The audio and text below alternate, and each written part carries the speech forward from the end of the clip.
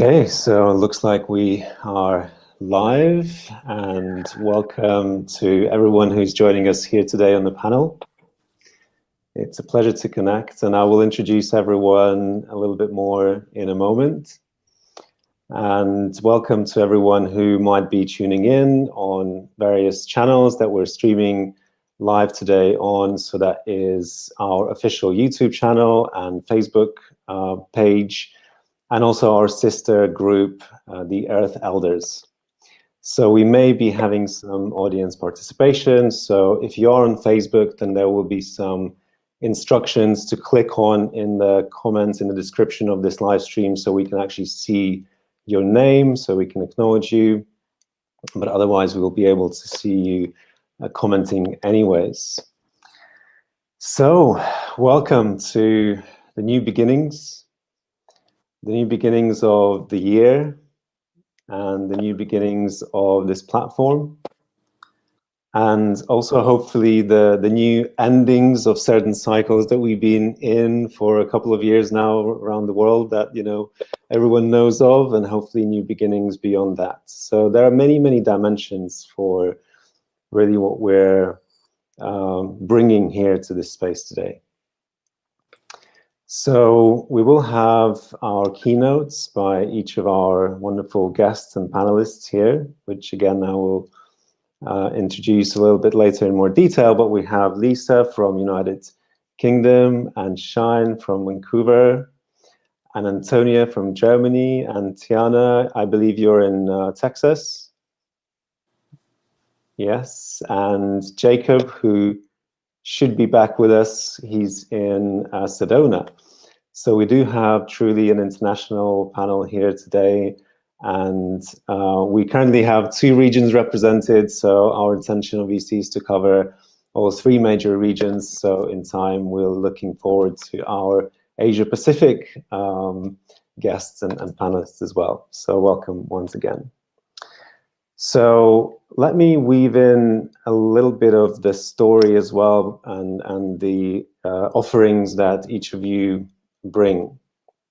So I'm personally fascinated by the diversity that is today on this panel, and that is really our container that we create in the wider Global Unity Festival space. And usually people are attracted, you know, like attracts like, and people are attracted with similar worldviews, with similar kind of aspirations and ideas, and this is somewhat different. Like, we actually may be very different, right? And yet something attracts us, right? So the question is what that is. And we'll discover that in the keynotes today a little bit more. But I believe that what attracts all of our panelists here and beyond this live stream today on the wider platform is our commitment for a better world.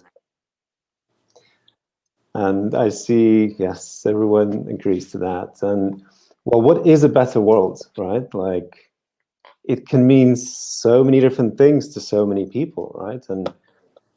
And yet that's, I believe, also our learning and our sort of experimentation that we need to go through to sort of learn to listen to each other and to learn to listen to different perspectives of what that better world may look like.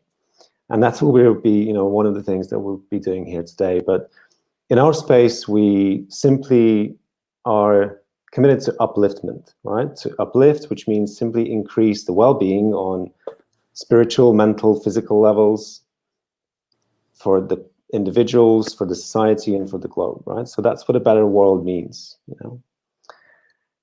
And I believe what also unites us is this idea in some form or shape of a new phase of human evolution. And that's what I'm also fascinated with, who's currently today on the panel. And we, I'm sure, have some understanding and some idea for what that is, but we come from different communities, perhaps, you know, some more spiritual, some more corporate, even more conventional, less conventional, right? And yet we all believe that there's something new happening, right, on our beautiful planet. And finally, what we're here for is in this container of the Global Unity Festival. And well, what the festival is about is our knowing, our intuitive understanding that our thoughts, emotional states, and feelings affect our reality. Now we have plenty of evidence, that actually that is the case. And that's one of the commitments for the Global Unity Festival, to create this opportunity for people across the world unite and synchronize our intentions to create, as big of a wave of positive energy as we can. And today is a little glimpse into that, so we won't be having much of this diversity that ultimately we're bringing into this platform, because this is still in development. And it brings me also to this theme of new beginnings, right? Because if we look at the analogy of plants growing and of a forest growing, which is very much what we're here creating, is a forest of a lot of diversity. Many different plants, many different creatures, many different functions they fulfill. But at their sort of starting phases, plants look nothing like their fully blown expression, right? So in a way, today we're this seedling that looks just a little bit of what it's going to be and become. So without further ado, let me come to perhaps now our intention today, and maybe later on during our live stream, I'm going to share a little bit more about the platform if we have that space and opportunity. But for those who are keen to have a look at that already, you can just go on our page, which is globalunityfestival.org, and you'll see all the different offerings and aspects of the platform on there. So, but today, so we have originally intended 6 panelists, but we have 5. Prash, unfortunately, due to health, was unable to join. But there's also a story in the way that the order of the keynotes unfolded. And we'll start with Lisa Hamilton-Smith, who's going to share with us on the topic of losing everything and starting over. Really deep, I believe, inquiry. And, just to be real, right? Like with the 2 years behind us, globally, that might have been experience for so many people, right? And Lisa will share more about that, but I believe it's a beautiful start for our journey here today. And then we'll move to Shine. And Shine's topic is attracting clarity, success, and happiness from the receiving mode. And I believe it's a beautiful transition, because once we lose everything, it's like, what do we turn to actually get these new ideas for the new phase? And this receiving mode is a beautiful concept that allows us to tap into our inner wisdom. And then Teahna is going to speak about becoming one on purpose, how a new paradigm begins and a new earth is created.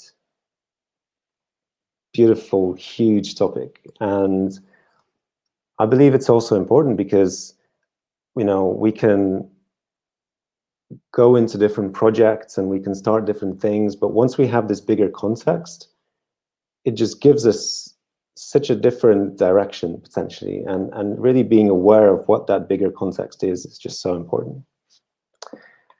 And then we'll move on to Antonia, the birth of your initiative and the magic of co-creating with source. So once we have this inner wisdom, this from the receiving mode, once we have this bigger vision of the new paradigm, well, actually it's about then fulfilling that in some kind of bigger project or some creation. And then Jacob, hopefully when he'll be able to join us, if he sorts technology out, is going to share with us about finding a new perspective through the body. And what a beautiful completion for this conversation, because all of these big ideas, big concepts, big inspirations, well, It's about embodying them into our being and actually being able to hold all of that, right? Because that's when we truly are able to manifest our projects and our dreams and our inspirations. So, welcome everyone once again.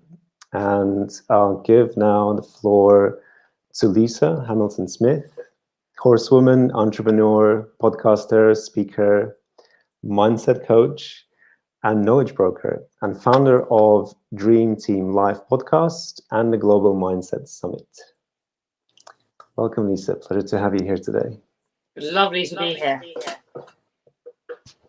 Now I have an echo. I didn't have an echo earlier. We hear you well, so as long as it doesn't bother you that much. As long as you guys can hear me, I'm just checking. Yeah. So, guys, I am here. Welcome to the Global Unity First event, a total new beginning on the 2nd of January, 2022.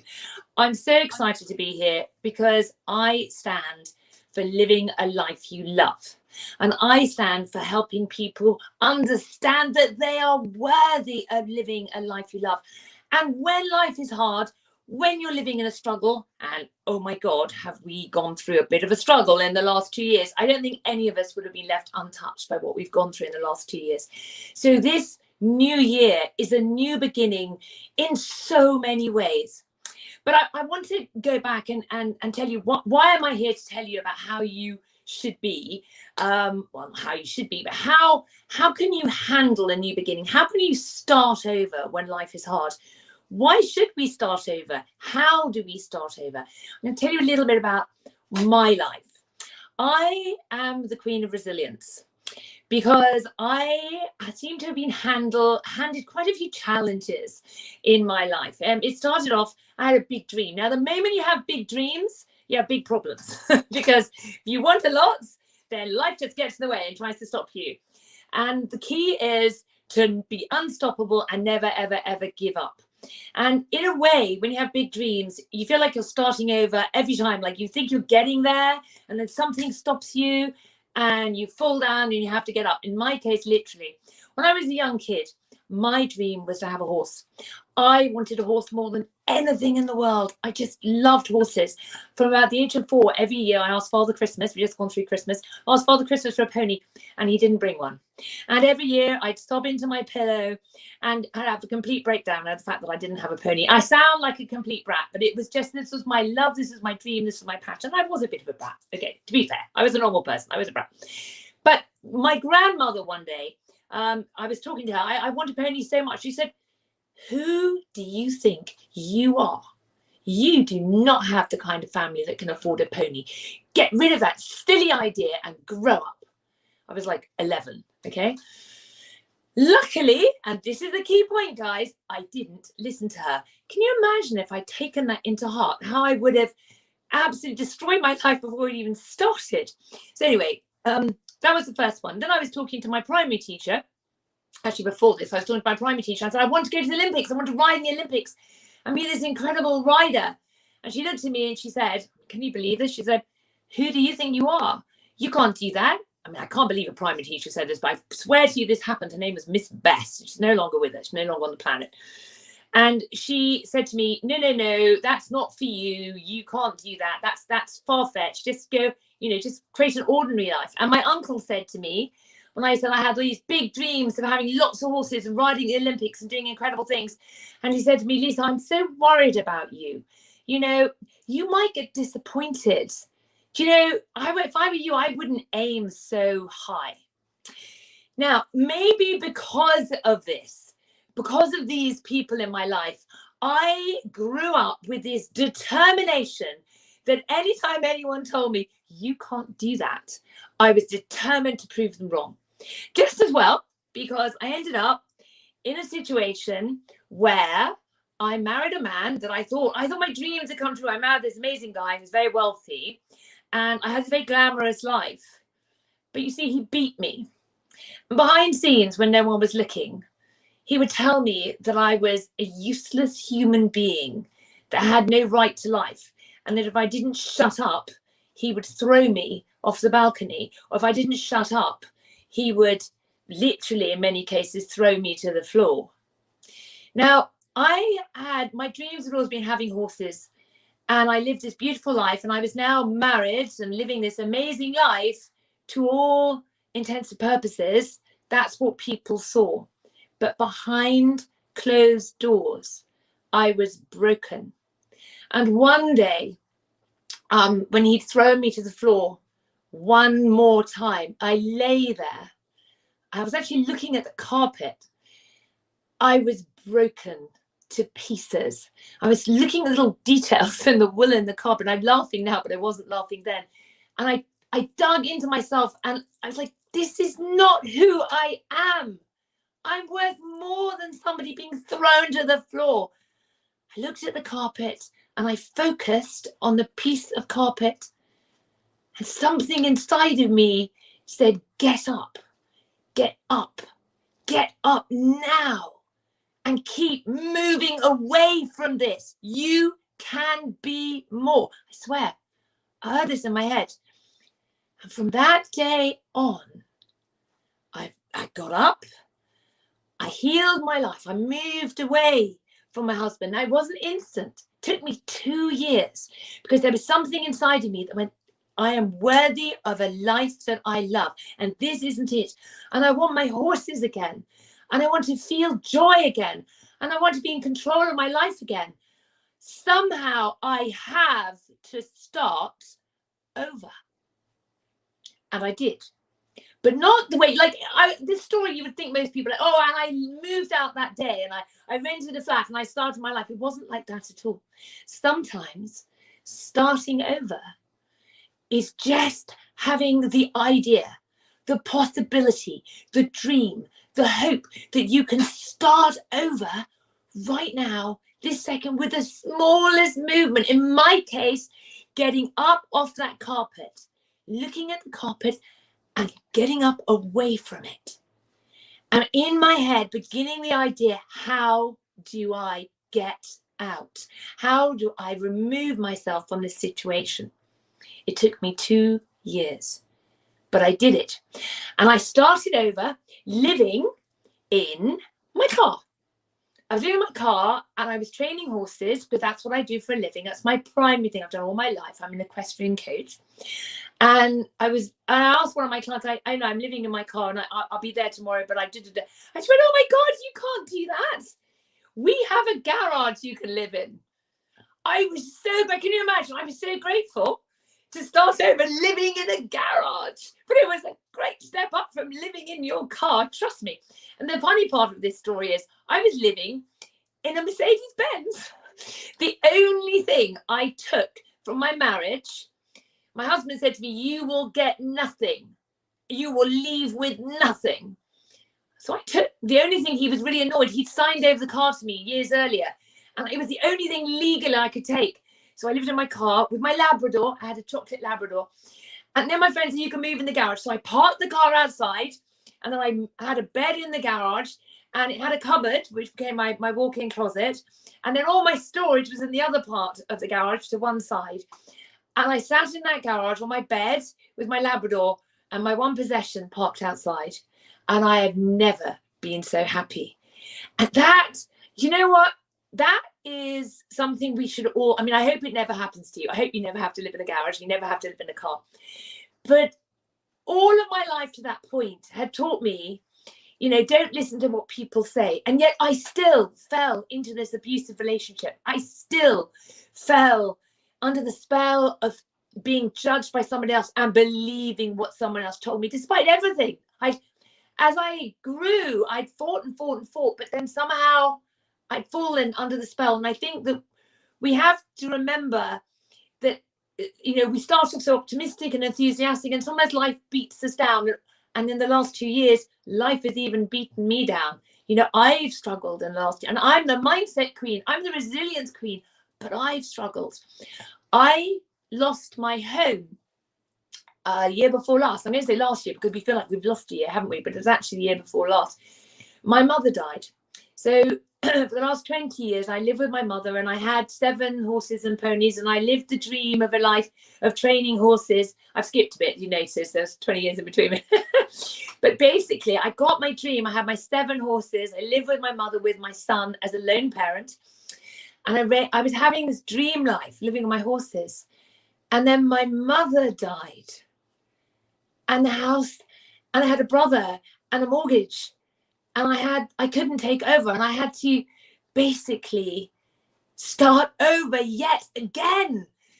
I lost the house that I was living in for 20 years. And there wasn't much money in it left. There wasn't enough to go buy another house. And there was a paddock and stables for my 7 horses and ponies, my business, my life attached. And my brother said to me, well, you can't keep that. It's all got to go. And I couldn't believe what he was saying. But this woman who remembered getting up off the floor, who remembered I was worthy of a life that I loved, who remembered the joy of living in a garage because I was free from the suppression of a man who did not treat me well and whose spell I was under, that woman rose up. And I said to my brother, you cannot, I will not accept losing this house with the horses. If I lose the house, I am keeping the stables. And he said, you can't. And every time I put the house on the market, this is a funny story. Every time I put the house on the market, he'd tell the estate agents, sell the land and paddock. And I tell them not. And the estate agents kept firing us, one after the other. They kept firing us. And in the end, we're running out of time. And the mortgage company was like, no, you've got to sell, you've got to sell. So I sold the house on Facebook. That's called being opportunistic, right? There's always a solution. When you're starting over, you never give up. You keep looking, you keep diving, you keep digging. There's always a solution. So I sold the house on Facebook and I kept my land and I kept my stables. But it felt like I was like living in my car again. So I didn't have anywhere to live. And what do you do? How do you rent with a dog and a cat? And so I reached out and the universe supported me. And I found this amazing house to rent because I didn't give up, because I knew that I'm worthy of a life that I love. And I knew that starting over seems like the scariest thing, but sometimes miracles and angels and incredible things come from starting over, things you can't even imagine. Now I live in this beautiful house. I've got my land and my paddock. And out of all that, I became a speaker and I tell my story and I help people get up, literally, out of their lives and move on to create a life they love. And that's what I do for a living. What an incredible thing to be able to do. But if I hadn't been that person who'd been told I couldn't have what I wanted, if I hadn't been that person who was knocked to the floor, if I hadn't been that person who lost their home now twice and had literally back to only having a car twice, but knowing that no matter what, you can get up as long as you find a tiny step, if you find a tiny hope. My grandmother used to say to me when it was a rainy day and there was no sign of the sunshine, she'd say, if you saw a tiny blue speck in the sky, that blue handkerchief of blue sky would grow and the sun would come out. It doesn't always, but that was, she used to tell me that when I was a little girl. And sometimes it was true. I'd see a tiny patch of blue. In England, we have terrible weather, it rains all the time. And then the blue would grow and then it would be a sunny day. So you need to look for that patch of blue in your life. No matter what's happening right now, we've had 2 years of uncertainty and doubt, fear. We've lost jobs, but we've also realized what we love. Some of us lost our jobs and thought, well, I'm not doing that anymore. Everything in life, when you have to start over, is an opportunity. Every day when we wake up, you're starting over. Every moment you have an opportunity to recreate a life you love. You must never give up. Giving up, you never lost until you quit. There's always possibility. And you have to just ask everyone around you. If someone is listening to this, you're like, well, I have no one to talk to. Reach out to me. Reach out to the people here. Reach out on Facebook. Reach out on Instagram. You will be amazed. If no matter how bad things are, reach out to somebody. Walk somewhere. Talk to someone. There is always a possibility as long as you move and be prepared to start over. Well, that's what I wanted to share with you today, guys. And I hope that you are listening, that you are going to start 2nd of January 2022 with a new perspective, knowing you never ever give up and that you can start over every single day, and you are worthy of a life that you love.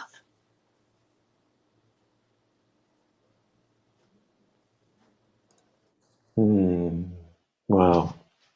So much power and beauty and realness in that message, Lisa. Thank you so much.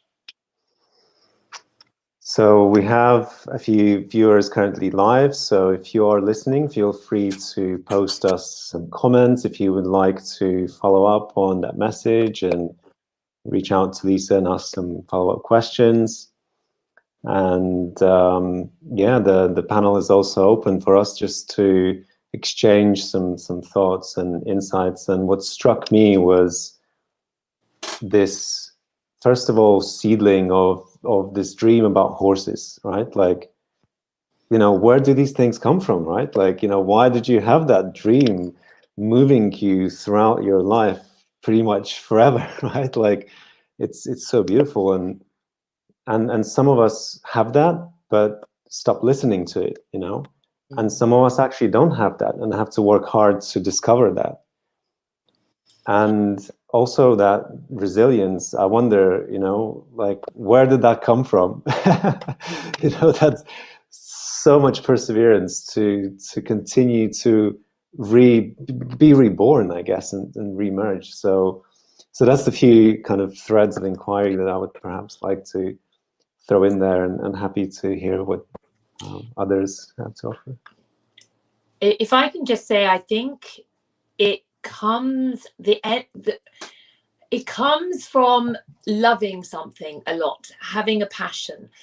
And I think I was lucky enough to be allowed to be passionate, although some people were not supportive of it. My mother was very supportive of me. And if you love something a lot, if you have a reason, a why, that will help you push through. Yeah, and we all have a why and a reason, but like you said, to most we lose it.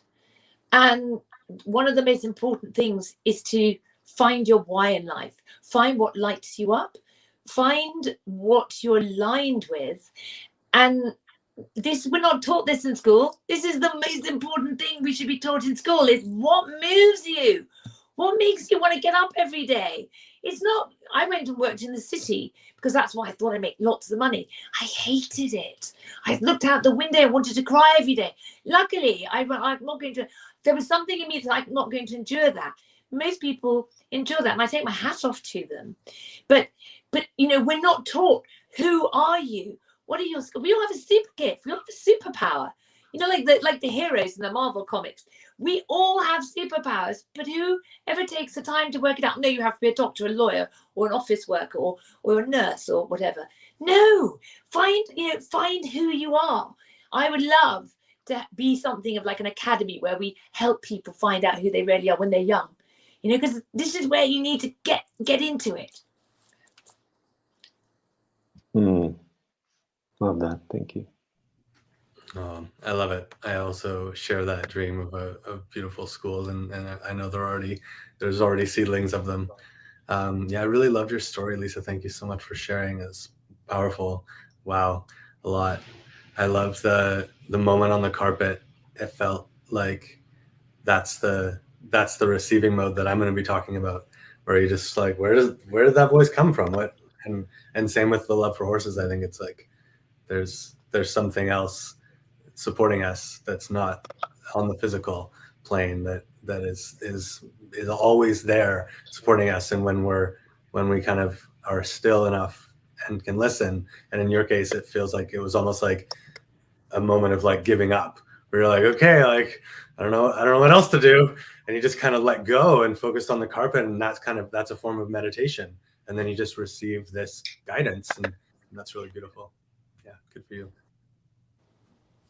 And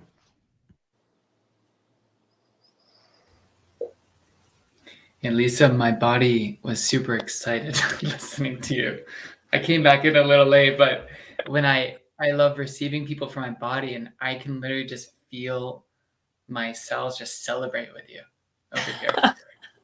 Is that fun? Thank you. So I can just feel my whole being smiling right now. So thank you. I worked out my internet thing, so I'm here, guys. Great, great. Good to have you with us. Yes, beautiful, beautiful,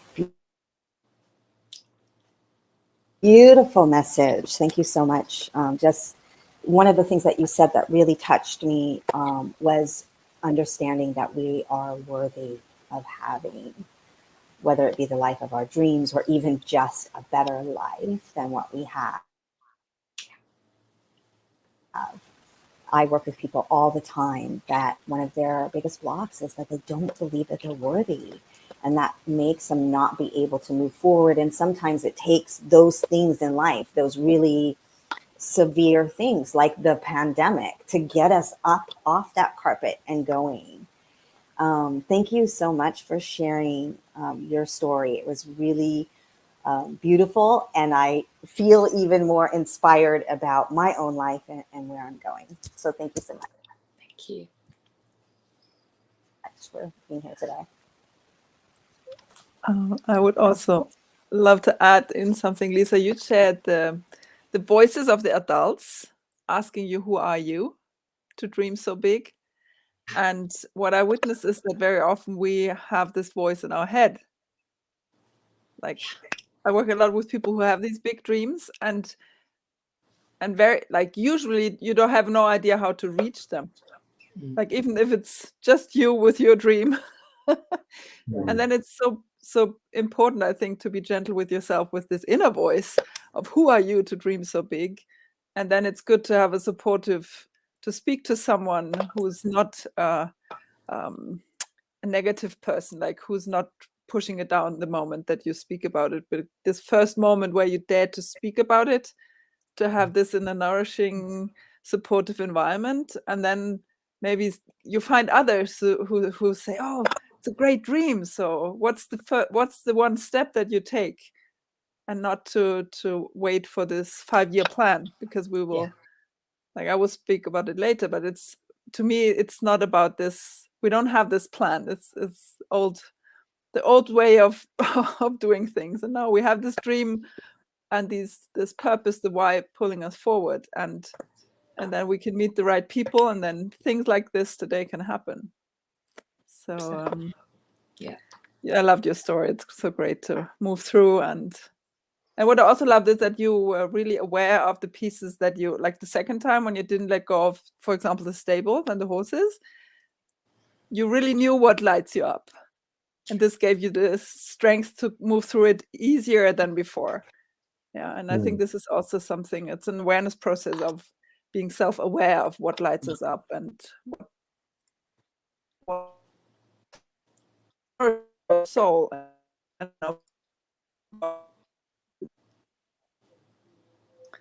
So thank you.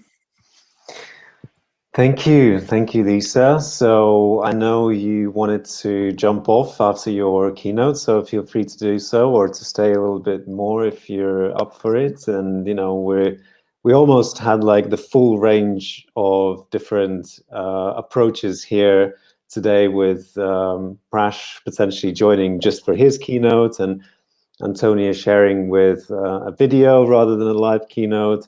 And so, yeah, it's interesting to also experiment and be kind of in that flow. So just, feel free to stay as long as you are inspired to.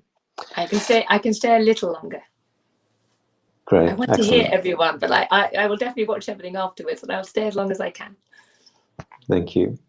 Okay, so swiftly moving on with Shine's keynote. And perhaps at one point, maybe we can even do that after Shine's share, we could do a little synchronized activity, and that's still up in the air whether we'll do that or not. We'll feel into that, but maybe we can do it after that.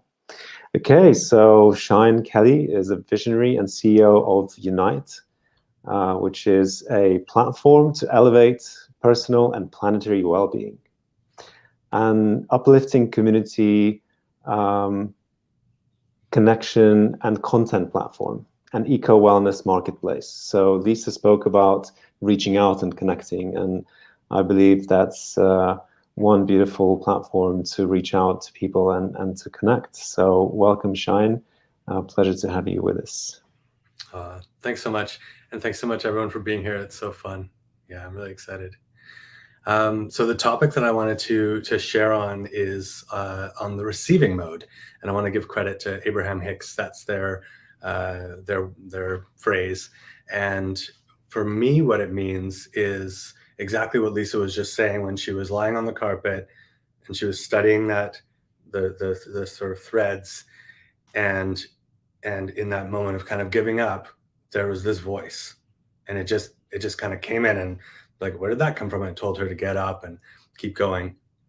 And for me, my life has been really guided by a lot of blessings. I mean, I grew up in a family with a lot of abundance and freedom, and my parents were really loving and never looked at my report cards and always gave me whatever sort of I wanted to focus on, and really supported me in my life. And so I grew up with a lot of abundance of freedom and time and money and just things, so I could really focus on where I wanted to be.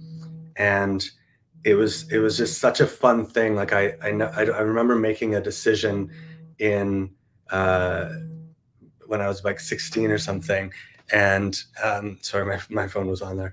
I remember making a decision when I was out of school, I guess 18 or 19, and the thought of money hadn't really crossed my mind. So I didn't sort of grow up with this regular kind of experience that a lot of people go through, where it's like, oh, there's not enough money and there's not enough this. I was really blessed.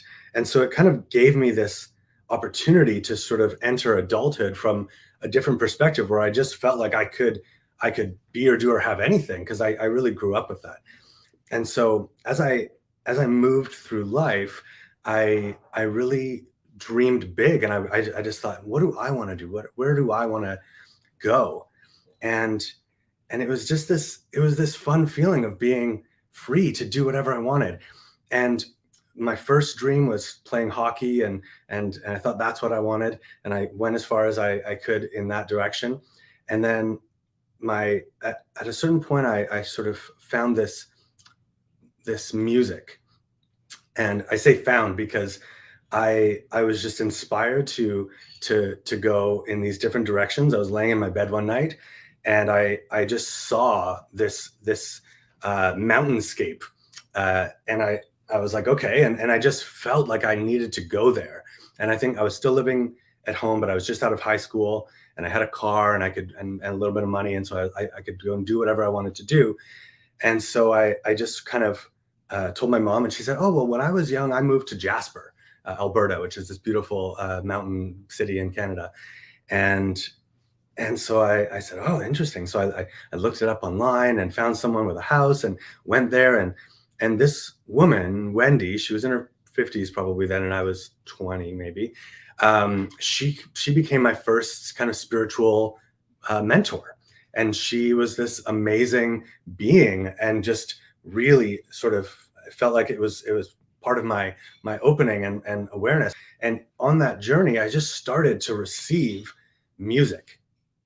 And I was just inundated for the next 5 years, pretty much.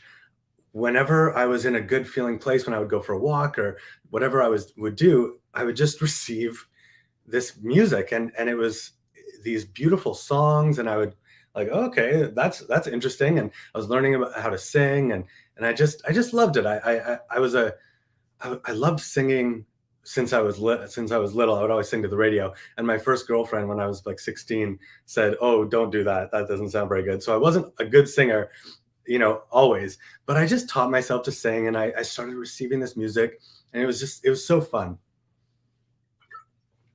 And so what happened then was this really interesting thing, where I moved from a place of feeling so free and abundant, and like I could do anything. And for some reason, I decided that my life now had to be about music. And so I said, no more anything else. I'm only going to play music. I'm only going to focus on music. And I had always had this just flow of abundance from unexpected places where I was like, okay, you know, someone just like, I needed money, and someone just, I feel like giving you some money. And like, it would just happen. I was like, oh, this is great. And I was just flowing. And then I said, no, I'm not doing anything else. I'm not taking any other jobs. I have to make a living only making music. And I'm not going to do anything other than that. And that moment, and I remember it. I remember, like, I think I was living in Victoria, BC. And I remember the kind of state of being I was in. And in that moment, for the next years, I'm not sure how long, few years, I was broke. I had no money. And it was the first time in my life where I felt like, whoa, like, can I buy this food? Like, it was intense. It was wild. And I had never really experienced it because I grew up with just, and not like crazy amounts, but just always enough. And I was a little pushy and kind of, you know, poked my parents until they gave me what I wanted. And they were willing participants and gave it up. And so I was like, oh man, this sucks. I have no money. And I'm not even really making it as a musician. I just felt for the first time in this turmoil, in this weird place. And my mom had introduced me to this teacher called Abraham Hicks. And they talk about the receiving mode, and they talk about alignment and getting in the vortex. And so I started listening to them like a lot. And through this process, something that happened a little bit earlier was that my father passed away when I was 15. He got diagnosed with cancer. They told him he had 3 months to live. He lived for 3 more years. And my mom, through that process, had a hard time, obviously. And when he passed away, she kind of fell into this depression and really sad place, as you would. And I moved home from Jasper, actually to sort of be with her. And there was, moments where she was just not really wanting to be here, not having a good time. And I, she says that I helped her sort of choose to keep going, and she's amazing and alive and doing really great. And so there was this relationship, and gosh, I forget why I was sharing that, but I guess I learned that. You were going to say about losing the receiving mode and discovering Abraham Hicks and sort of coming back to, I guess, the right. The receiving mode from the musician phase. That's so helpful. So when my dad died, in the following years, my mom began to actually, the way that she got out of her depression was finding this process called The Journey, and it's by Brandon Bays, and it's amazing. And she went through the practitioner program, and she brought us through. When you find something that works for you, you're like, oh, everyone, it needs to do this now. So I went through the program and learned about it, and my mom sort of shared with me, and I took on this belief that if my dad had done the inner work and had cleaned up his past stuff, the journey is all about going into the past and cleaning up early memories, even like in the womb or even in past lives. And so I sort of, and then she said, if she would have had this work, then she might not have gotten depressed. So I sort of started to feel like if I didn't do the inner work, if I didn't clean everything up, if I didn't fix myself, then I was going to end up dead or depressed. And so I really had this like drive from inside to like fix my life and get shit done. And I'm a very motivated, focused person. And I'm also very efficiency minded. I'm a Virgo. I like to what's the best way to sweep this floor? And I just like figuring things out and finding efficiencies. And so I just kind of was like, okay, I'm going to fix my life. I'm going to clear everything and get to the root cause of all my shit and just go hard. And so I did that for years. I really did I feel like I'm one of the guinea pigs who's probably done the most of this of anyone in the world. And I don't say that proudly. It's kind of funny, silly. but I just went hard at trying to like fix and clear and clean up and past life regressions and going into every memory of every childhood trauma or everything and just trying to like fix my life and clear out everything. And at certain points I would listen to Abraham and they would say, you know, when you do that, there's a never-ending hole, because the more you focus on that, the more you attract to clean up. And even if you get through all your past lives and all this life, you'll just create more to clear.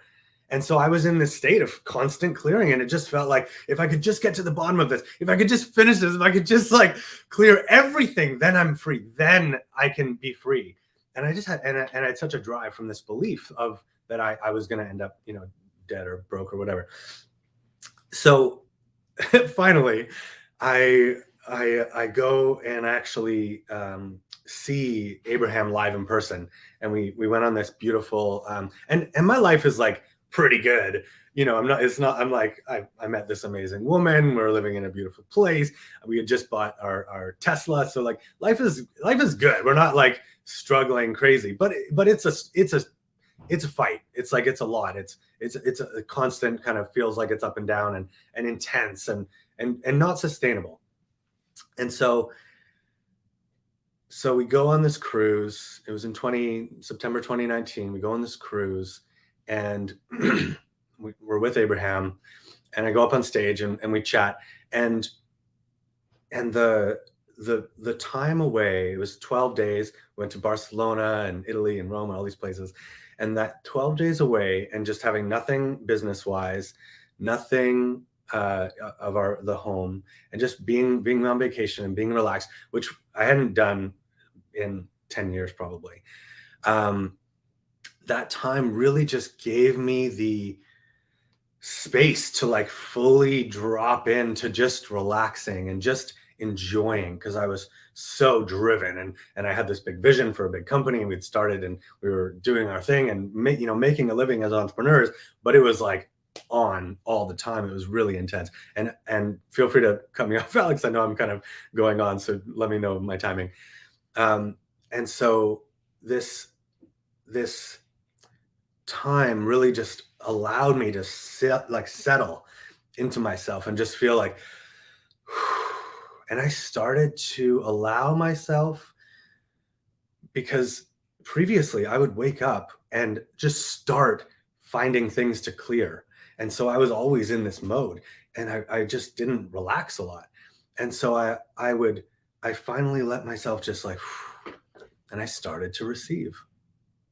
And it was so nice and so relaxing. And it was like, oh, I remember sitting on the deck, and it was like, and just meditating and chilling. And then all of a sudden it was like, oh, wow, I'm enough. Oh, I love myself.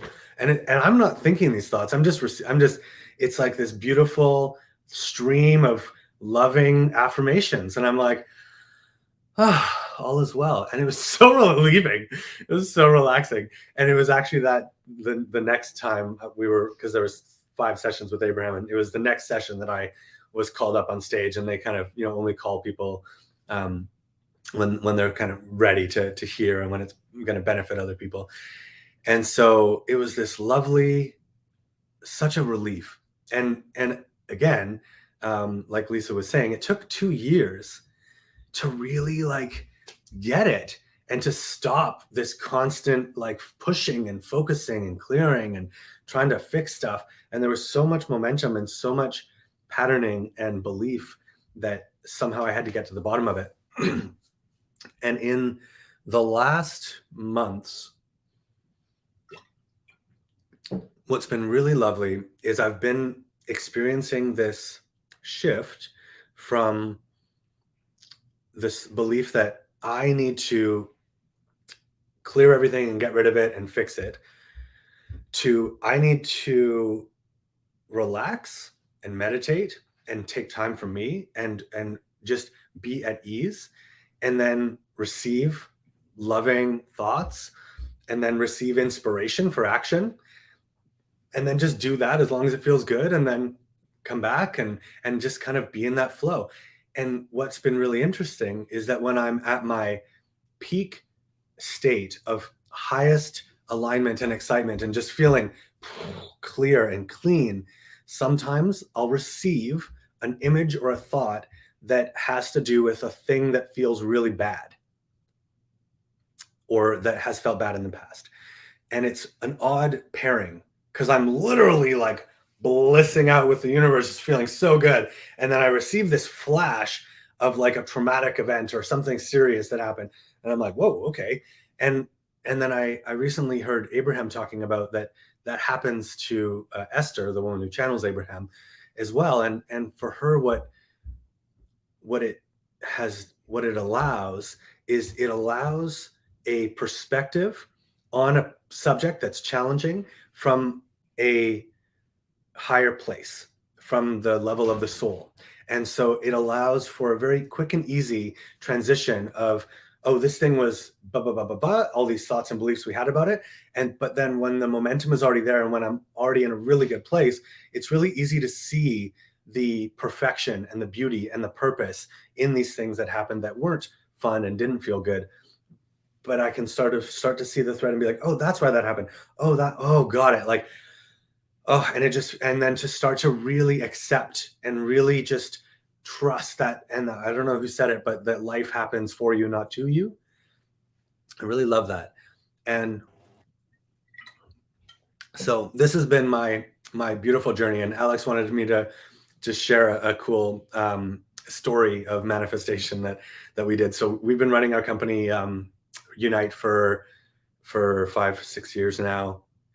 And when we first started out on our own, I met my partner Crystal, and we formed this company together, and we were running events.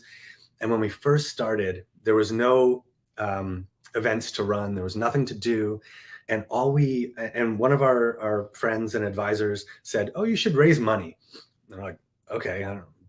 No idea how to do that or what to do." And then he's like, "Oh, you just build this deck, you build this investor presentation, and you ask for a certain amount of money. And I think you should raise $50,000 for 10%. So we said, all right. So we started building this deck and writing out, and it's basically just like a 12, 15 page, slideshow with different things, like the problem, solution, whatever. So we start building, and the deck is so fun, and it's so exciting because we're like, we have nothing to do physically in terms of action that we have to take to run the business or do anything, because there's nothing to do. We haven't started running the events yet. And all we're doing is focusing on building this deck and getting so excited and just creating this vision. And it's all big future vision, all this fun stuff. It just feels so exciting and so fun. And all of our attention is focused in this like joyful, creative, exciting place. And so one day we're literally working on the deck, having a great time, feeling so good. And we get a call, and it's from one of these, one of the vendors who was at a previous event of ours. And we had sort of paused the events, but we had been doing them for a year prior. And he calls us up and he says, "Hey, are you guys looking for any money?" And we're like, "Oh, yeah, we are." And he says, "Well, I've got this." And this, by the way, this story has a terrible part to it too, in a funny way. So he's like, "By the way, I work with this company called Coin Payments, and they're a crypto payments company." This was in 2016, 2017. Bitcoin was at $1,000. And so he's like, "Well, they're looking for a sponsor, and they want to be kind of like the main sponsor of an events company." And I told him about you. And within a week, we had a check for $50,000, which to them was like change because they were just crushing it, and now must be doing even crazier. And the funny part was they said, "Oh, you should put some of this into Bitcoin," and we didn't, and it would have been a good idea. Anyways, so we got this check for $50,000 and we gave him the 10% because that's what we did. So we sort of matched exactly the number and the thing, and literally we hadn't even started reaching out, and our advisor was like, you're gonna have to beat the pavement to 100 meetings to make one check, blah, you gotta go, like, push. And it was just like, oh, we didn't even get there, and the money just showed up. And then we ran the events company. We were able to pay for our lives with entrepreneurship and running events, which was what my big vision was just to be able to like make money doing what we love to do. And we did it for 5 years. And then we, right after right around the pandemic, right before, we'd had this vision for this technology company.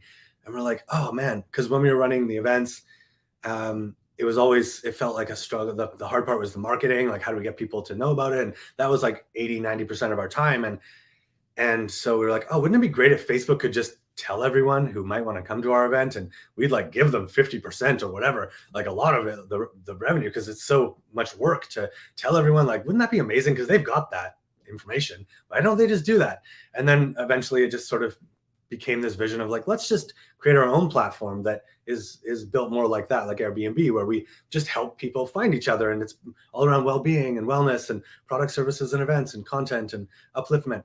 And so we had this vision, and it started to come into form, and we sort of put the events on pause a bit and started working on the deck again to build this new company, this technology company. And the same thing, we're raising $111,000, $111.11, ones, and we're going to do that for whatever. We didn't have a percentage for safe, anyways, details. And so same thing, working on the deck, circumstances align. Someone just comes up to us. They just came into a bunch of money and wrote us a check for that exact amount. So, and without really us getting into that mode of like actually raising money. And then there's a few more things like that. So it was really just a fun story of how Abraham says, like, if you've written a book and you want to sell that book and now you want to promote it and you want to get it out there, the best thing you can do is write another book. Because the energy of the creation and the excitement and the focus is what attracts the success and the connections, and the trying to make it happen and trying to like do it is sort of, there can be an edge in that. And so to stay as much as possible in the fun, in the flow. And again, we still haven't transition to doing that all the time. It's hard because there's, things to do and all these. So we're doing our best to kind of to balance, but we're about to do another big raise. And the fun thing is that now that it's happened enough, I know that it's going to happen for sure. There's just no question.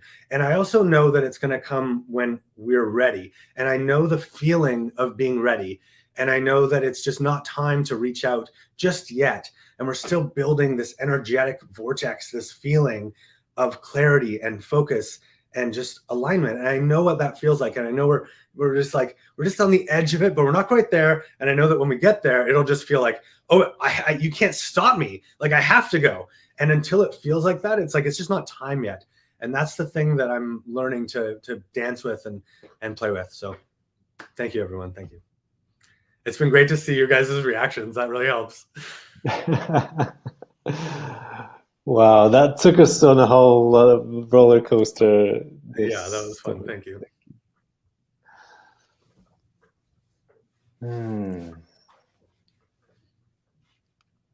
Yes, so if anyone else has anything to offer, feel free to share. Yes. I just have to say, Shine, your passion shines through. You have the right name for this. Thank you. Yeah, I got so excited with your story. I'm like, where's it going? Where's it going? I love your energy and I love the story. And yes, I've read quite a lot of Esther Hicks stuff. And it is so true, isn't it? It's actually, we attract what we are. Not what we're thinking, or we write down, we attract what we are. And as you are loving life more and more, it's coming to you. And I can feel it's infectious. So thank you for sharing your story. Thank you. Absolutely. I'd love to chime in and just say thank you for number one. And I could so relate to what you were talking about when we're constantly trying to fix ourselves. I went through a long run because I am a healer. So I was going to heal myself from everything. And I was going to, continue, just keep going till I got to the finish line. Well, no one told me that there is no finish line. I finally figured that out for myself and really come into that place where I'm perfect just the way I am. And I experienced that same shift that you experienced, where I think it's really from a masculine type of energy Mhm. of like always like, okay, we're going to clean, we're going to fix, especially having, which I'll talk about next, the bigger vision of creating heaven on earth and all the work that we need to do to get there. So I was always constantly running on that energy. And there's the key that you said for me is really accepting exactly where you are in the moment and being in that vortex of vibration where that manifestation can come in. Love it. Love your message. And I also needed to hear that little piece about the book, because I have a book and I need to put it in print. And so great. Thank you for that tip. I'm going to start writing my next book. Yeah, exactly. Really fun. You know, Thank you so much. Shine, I loved how you talked about receiving the music in the beginning. And then, you know, it's funny because I was like, I loved your story. I was like, I was traveling with you. And then, you know, I felt like though, it was so interesting because I actually use that word a lot, receiving music, but not in a literal sense. And then I feel like your receiving mode changed and it was still music, but from a different place. And your passion shining, man. So I feel like you're just receiving another type of music, like life's music running through. Yeah, man. I mean, I enjoyed that. Thank you. That's cool. Thank you. Yeah. I'm excited for your talk about body integration because I feel like it's Dude, so there's so many. Everyone's. It's beautiful. I'm inspired by all of you, so it's all gonna integrate. Amazing. Thank you so much. Well, I wonder if you'd be up for, with regards to time, we may run over a little bit, so we can skip this part or we can do this because the, oh, hold on, we're having some messages coming in. So Shine literally said 111 at 11 past 1. So I don't know what time zone that is, but there you go. And yeah, it's all about the journey, says Claudia. And yes, so Sunshine again, who was saying about the 111, says love the message, thank you. And thank you everybody, this is so inspiring, says Claudia. So thank you to our viewers there who are being with us on this journey of new beginnings. So yeah, Lisa had to go as planned, and yeah, so I wonder if it would be a good opportunity now for us just to drop in for a short moment into a synchronized practice. And there's so many things that we could do, and there's so many things the platform has the capacity to hold, and that's one of the things that we would be doing in a fully blown experience of the festival. You know, we would have some speakers, and as they transition, we would introduce some of our hosts that would be hosting events on the platform. And then at one point we would, you know, go silent on the main stage because we would then give the space to all our hosts offering their different practices and teachings on the platform in a synchronized way. So I feel this is in a way kind of our opportunity to mimic that in our smaller way, you know, as a seedling. And what I was inspired to go with is actually just tune into the vision of a better world, you know, in our own perspectives, and just share after we focus on that vision in a few words, perhaps, what we are, you know, inspired by the most, guided to. And I feel this would be a perfect lead into Teahna's next keynote, which is about the new paradigm. So how does everyone feel about that? Up for it? Okay, excellent. So let's do that. We'll be as, you know, intentional, as concise, as reasonable. And I also invite everyone who is viewing us right now live or tuning in afterwards to really join us in this moment. And there are many levels to that. And even from the conventional sense, you know, obviously knowing what your objectives and goals are is useful. And, you know, if we go to deeper layers of our being into our soul level, obviously, well, you know, that gives us this whole sort of power of the universe that's guiding us towards the outcome that we actually know and can envision. And in our space here in the Global Unity Festival, well, that's one of the practices that we invite hosts to offer, a visualization practice. So that's like a little element of that. So all we'll do is, after just, you know, tuning into a moment, we'll go through several layers of our life and being and complete with the world level.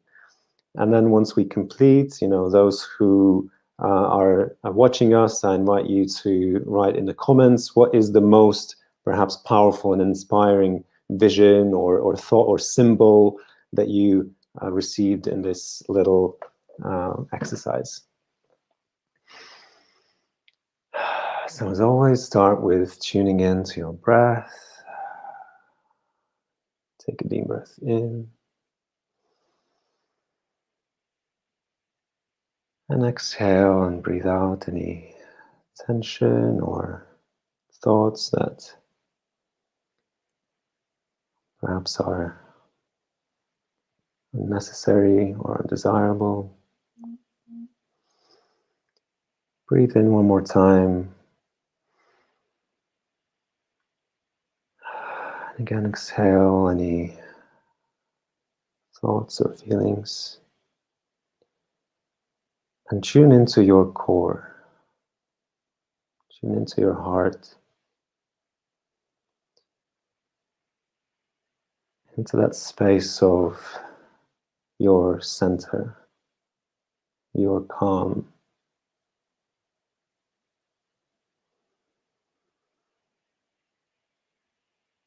Get present to the moment that you're in.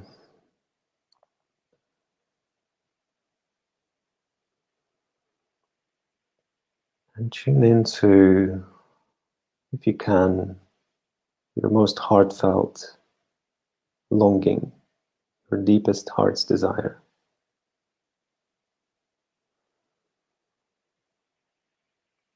Just tune into what that is that calls you throughout your life.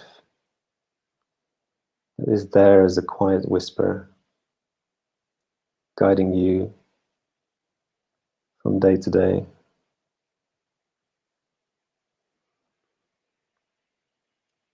Allow that vision to be held in your mind's eye.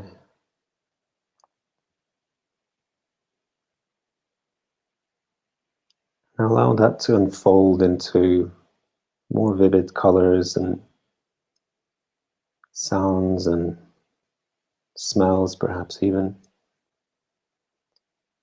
And see yourself in that best version of yourself. The most true version of yourself.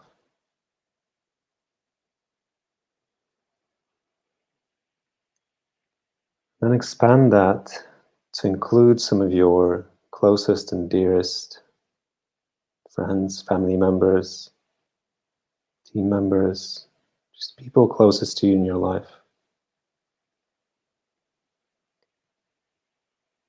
Expand that vision, imagining that future, which includes them. What would it be like if they also lived their highest versions of themselves?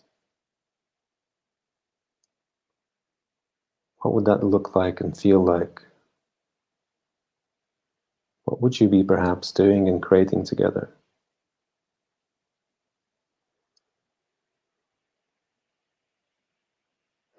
And let's expand that further to your community, perhaps your city.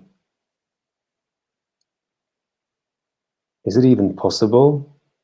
Can you even imagine what it would be like for, you know, if not all, then at least many in your community or city to live the version of their best selves?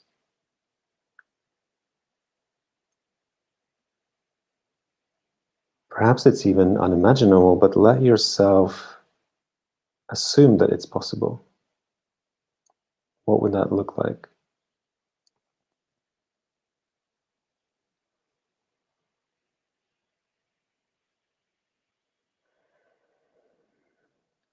Let's allow ourselves to move even further in our mind's eye, in our longing, in our vision, to include our country, and if you can, perhaps even our whole world. Or if not all, then at least many or most, living in alignment with their highest selves, the best versions of themselves. What would that world look like? Just linger in that for a moment.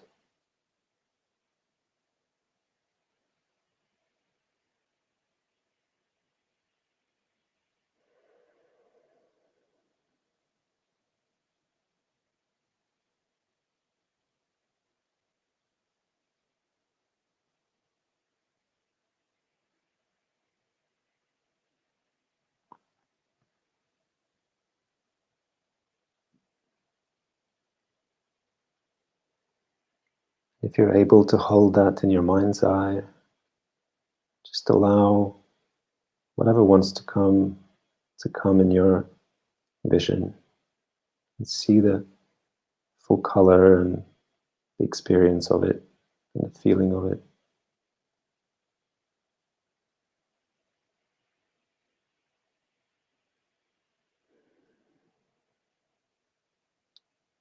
And allow just for a moment for it to be a possibility that can become a reality one day.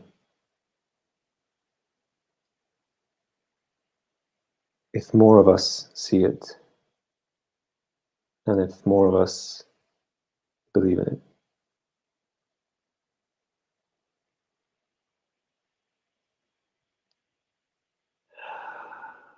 So take a deep breath.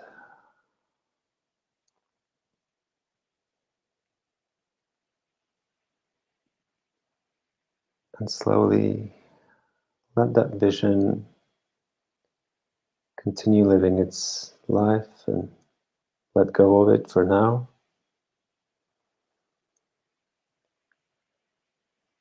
And just give gratitude to all those teachers and guides that have guided you to this moment of your life. And all those who've given us an insight into what's possible in our future.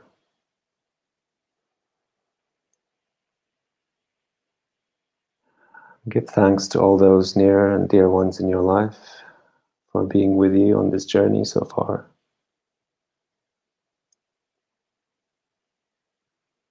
And for what's possible on the journey ahead.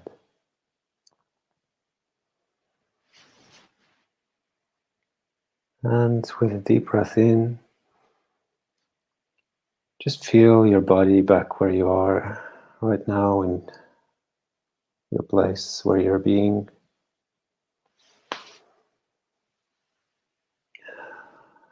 Feel clothes on your body.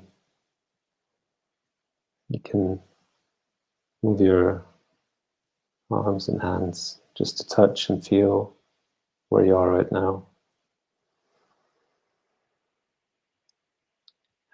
And when you're ready, take a final deep breath in. And when you're ready, open your eyes.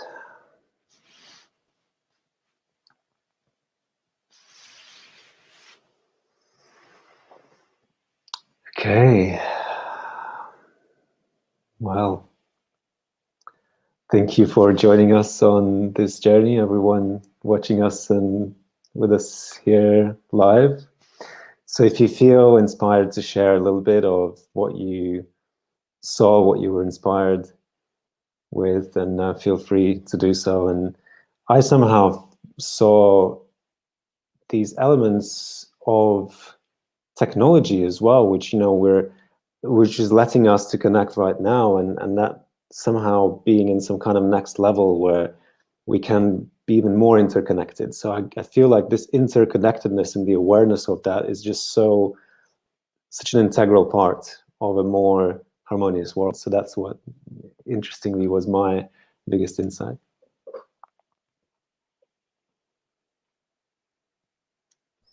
Wow. As you were sharing, I kind of got this flashed, and it's a belief that I've held for a long time, that if many or most or everyone in the world tuned into that place of love, and I guess, you know, the receiving mode, that it would really solve all these external problems that are just symptoms of people being out of alignment and in fear and stress and all that stuff. And I just kind of like saw that, like, the first image that came to mind was like this utopic eco villages and blah blah blah, and that's nice, and that's kind of a future manifestation. But then it quickly went to, like, right now, in cities, in everywhere, like, it exists, and we can see it, especially around the holidays, where people take that extra moment to, like, say hi and Merry Christmas and Happy New Year or whatever your thing is. And it's there's something special. Yeah. And then a song popped in that I had written before, and I'm happy to share now or later. Amazing. Thank you. Yeah.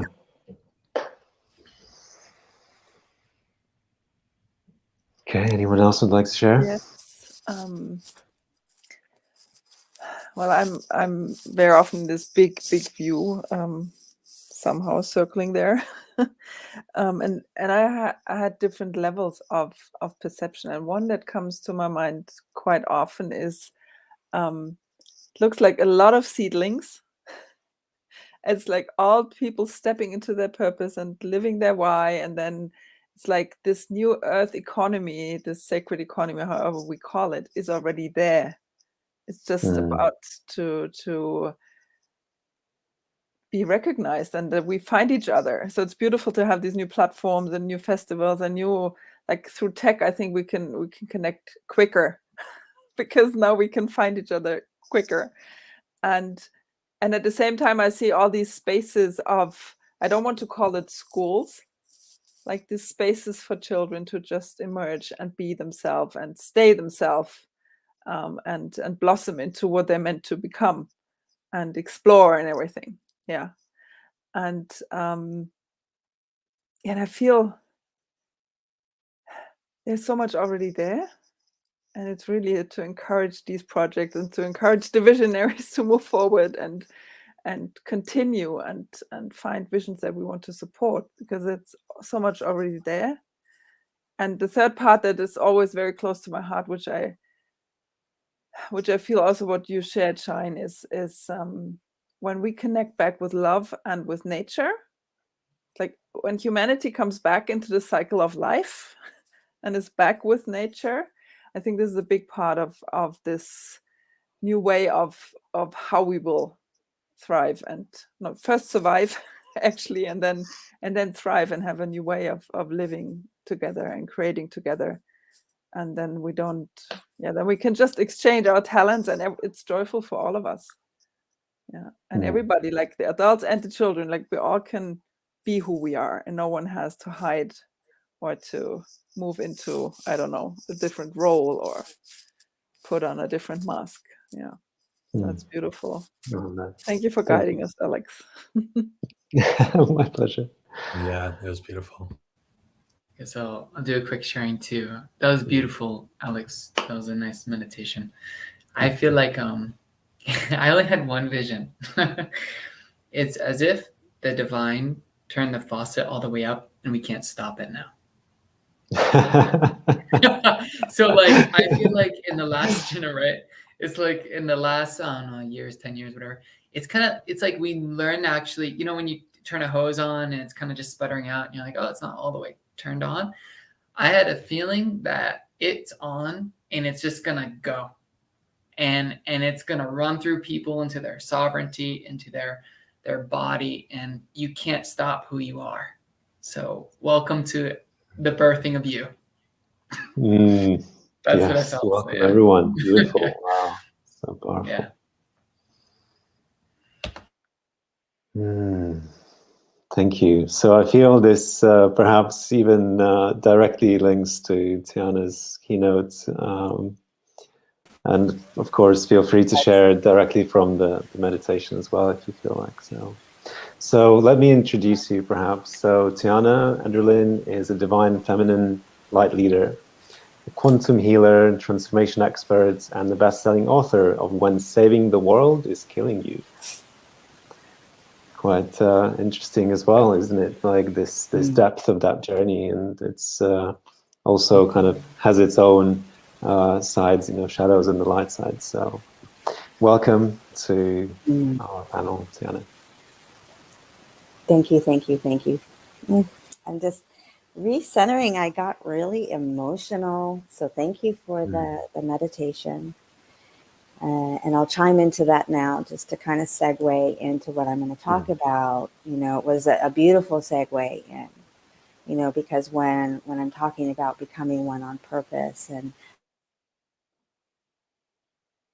advocating for this thing we call the new earth and these shifting into these new paradigms, and what is that? And some people will disregard that as being too esoteric. But what I connected right here is I kept feeling this really deep sense of acceptance, self-acceptance, not just for me, but how we pull into that higher potential, because we're so busy fixing what's broken and changing the truth of who we are. And really, what you said about welcome to us, your new self, the true you, is also welcome to the new earth, and that is the within. Welcome home to the truth of who you are, to your human heart, to your connection with the divine, that truly is going to be flowing crazy with all of these new energies coming to the planet. And so, I'm going to talk a little bit about, what these, what this means, to me, in my, what becoming one on purpose means to me in regard to how we're shaping a new paradigm. So you look at things from a very small level. Is anytime you change or shift a belief or something in the way you think, you're shifting into a new paradigm of thinking. We typically will use the term new paradigm when we're talking about collective structures and societal structures and societal collective belief system that we're buying into. And as we all know, the world that we know that it can. And there's this concept of creating what we're calling the new earth, or creating heaven on earth. Some people use, the starseeds use going from 3D, the third dimension, to the fifth dimensional levels. And we talk about ascension and expanding our consciousness. And the truth of it is that the planet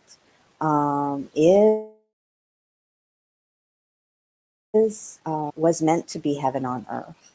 And, we've taken this journey, this human evolutionary journey, to find out and figure out exactly what that is. And it doesn't, the reason why I'm speaking about this is because it's a concept that's highly prophesized.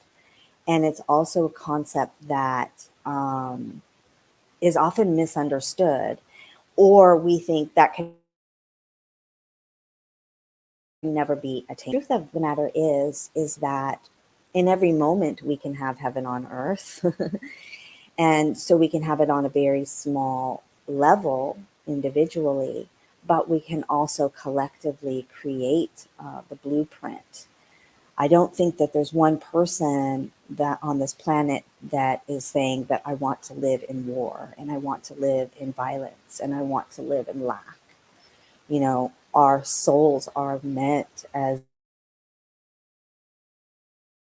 inherent to desire love, peace, freedom, and joy. You know, all these things that are truly our natural birthright. And, you know, the paradigm shift is about looking at and discovering how far away we've actually gotten from operating in our natural state of being, in our authentic self, and higher potential and that expanded consciousness versus the separation consciousness that we're currently born into. And maybe as we're elevating now, the new souls that are coming onto the planet are more geared towards oneness and unity consciousness. So I'm going to get into that a little, just talk about when I talk about becoming one on purpose, what I'm really proposing that when we are when we want to go to the root cause of everything, and really the root cause of all of our suffering on this planet is a separation, you know, that we are separate, the I and the me and the mine, and the separation from God and source and our divinity. And that, you know, we are all in separation consciousness, and this whole new paradigm is asking us to move in our human evolution to a new way of thinking and a new way of being on the planet. And so when I talk about becoming one, I feel that really strongly that at the root of all of that is our understanding and our teachings. You know, someone mentioned about these things that we don't learn in school, and our teachings to the younger generations, that we are all interconnected, unified field of beingness and aliveness and creation and of love. And how in with that, how do we get back to that as the core of who we are? Because also when we're becoming one on the micro level, so it's not just about shifting the belief system, but becoming one within ourselves and healing on a holistic, the mental and the emotional and physical realms of manifestation. And it all starts on the spiritual realm. So I implore that we all have a purpose on this planet to become one in this time. And whether it be, you know, we all have a piece in that, being that we're all one. We all matter. We are all, life is valuable, life is sacred. And when we understand and start to really shift our belief, it's one thing to say, yeah, I know, I believe, but to really live by the premise that we are all one in sisterhood and brotherhood and humankind, and one with our environment. I mean, we could talk for days about, you know, why we're so sick. You know, why time high, why we have the pandemic, you know, whether it be bioweaponry or we're just ill and we're not in, you know, our health and well-being because we've gotten so far off track. So we all have a piece in bringing this state of the planet back into a holistic, healthy, holistic framework whether it be from the mental realm. A lot of visionaries are holding the vision of the new earth, holding the vision of planetary peace, the vision of cleaning up the mess. And how easy, I mean, when we really think about it on a collective level, how easy, individually we may think, okay, this is a big task and it's a big ask to really change everything the way that I think and I do, even though we're all experiencing that we're pretty much being forced to shift at this point. But holding different pieces and different sectors of the things that we're changing. The whole education system that needs to change, the whole medical system that needs to change, the whole environmental piece needs to change, and our governments needs to change.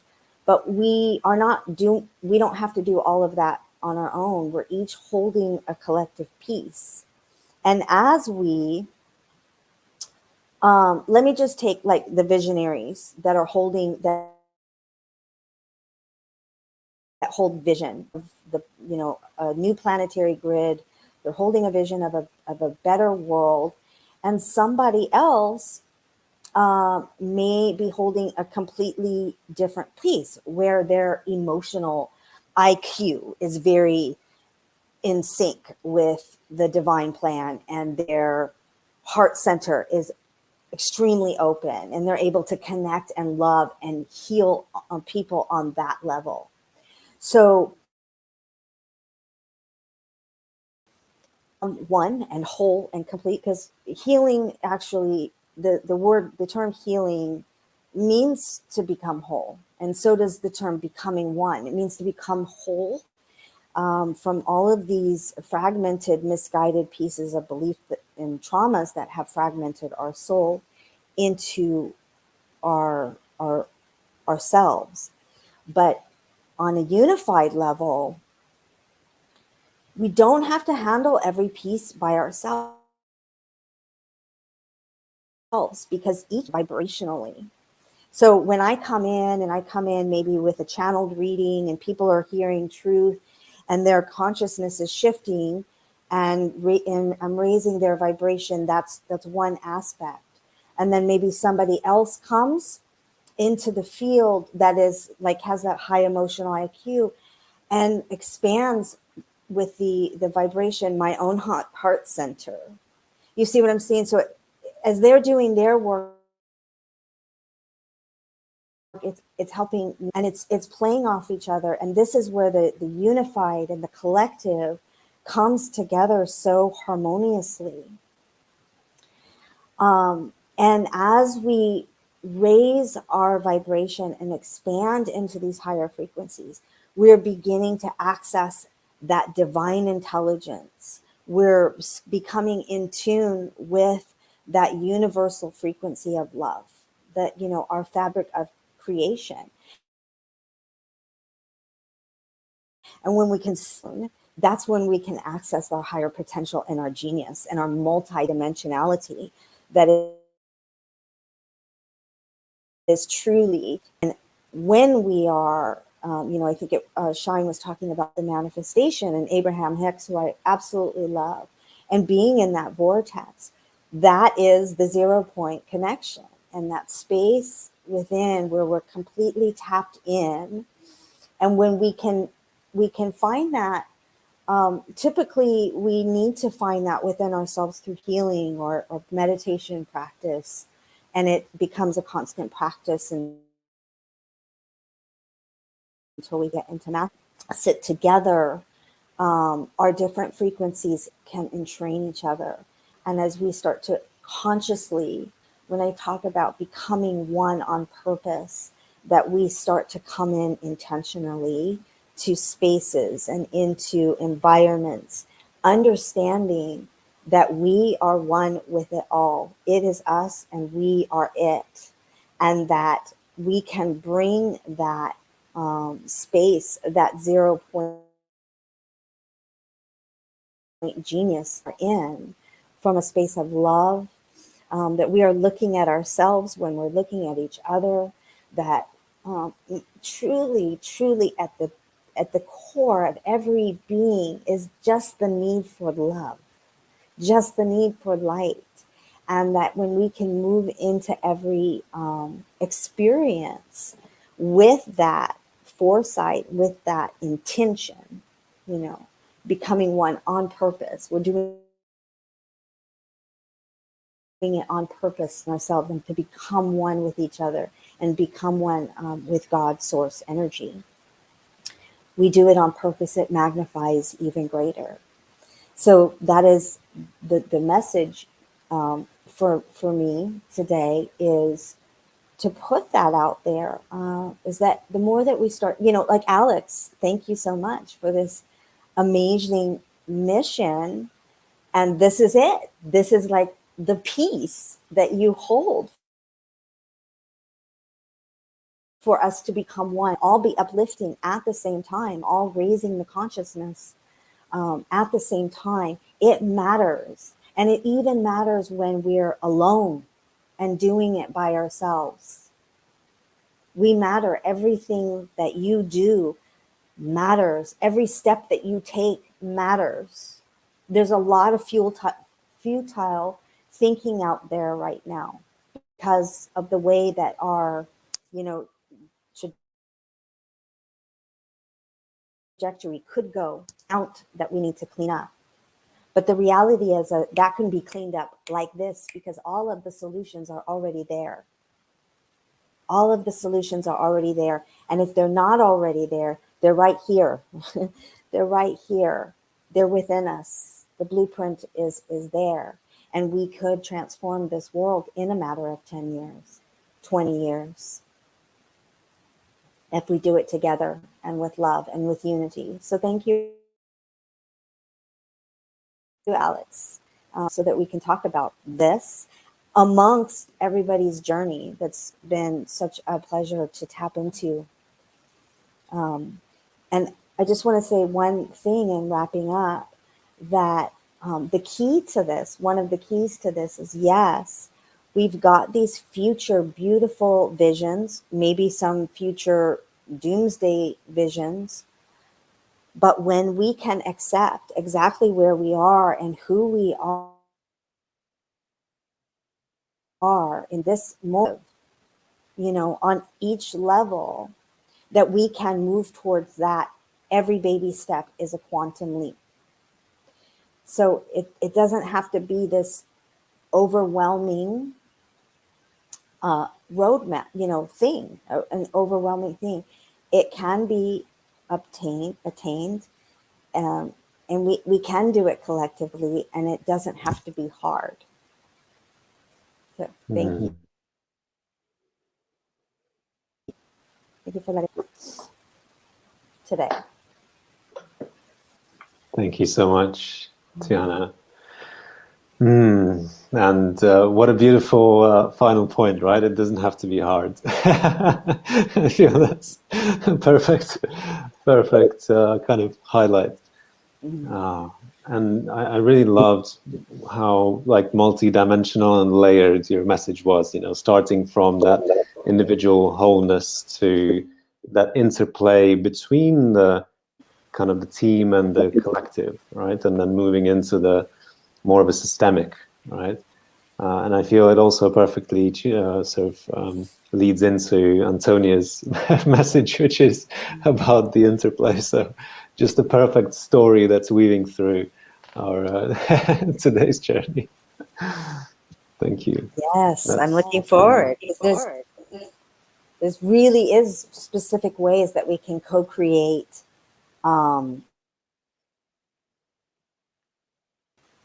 together. Looking forward to Antonia's message here. Thanks. Would anyone else like to share anything? Teahna, beautiful, beautiful. And the reason I say that is that you brought the individual of the non-judgment and the whole. That I just feel so much. Man, there's one message throughout my whole life I've been thinking about, because I've been different my whole life because of what I see. And I always saw people in their uniqueness, and I go, oh my God, you're so beautiful for who you are. And if we could only just bring that out of the people, make them feel belonging, the world would change. You know, that seeing ability, that appreciating, I see you, I hear you, I feel you. And then they feel like there's a family element to this world. They feel like they belong. Like that, like the world's actually a home, which is a very far away concept for some people. You know, so when you spoke that, I felt that warmth. I felt the element of that. That really touched my heart because that's been something I've been anchoring in for a while. So cool. Just awesome. Thank you. Okay, thank you. So, in a perfect transition, I welcome Antonia Daniek to the space. And Antonia is a wisdom wayfinder, guide, spiritual and business mentor, supporting change makers and founders to deeply connect to their purpose and inner wisdom to create with source. So Antonia is going to be sharing her message today as a video, right? So First I say hello. yes, It feels interesting now. First, welcome to everybody. It's a pleasure to be here. And I chose to do a video. So it's interesting, I think, to witness how the flow goes now with myself also watching my video back. And the topic is being conscious in initiating, and how this can lead to big projects or small ones, and they're all equally important. So I think it weaves perfectly to the whole flow of today. And the topic I chose is an online festival as an example for a big event. Okay. So accidentally? No, it's on purpose, but I didn't mention the Unity Festival because I feel it's to make it an example for like big visions where you don't know how they will come to life, but if you trust, they can. And I wish you enjoy the video, and then we can speak about it afterwards. And thank you, Alex, Excellent. for putting everything together. My pleasure to hold the space. So yeah, and I'm also looking forward to the video format. So it's great that you actually offered it this way. So it's just perfect. And I see some new comments here from John. Happy New Year to all. Happy New Year to you too. And a better world, a joyful world. Imagine it, feel it, and create it. And someone is watching us from New Zealand. So we have hello to New Zealand. we have that region represented. We made it. Exactly. Perfect. Okay, so let me launch that.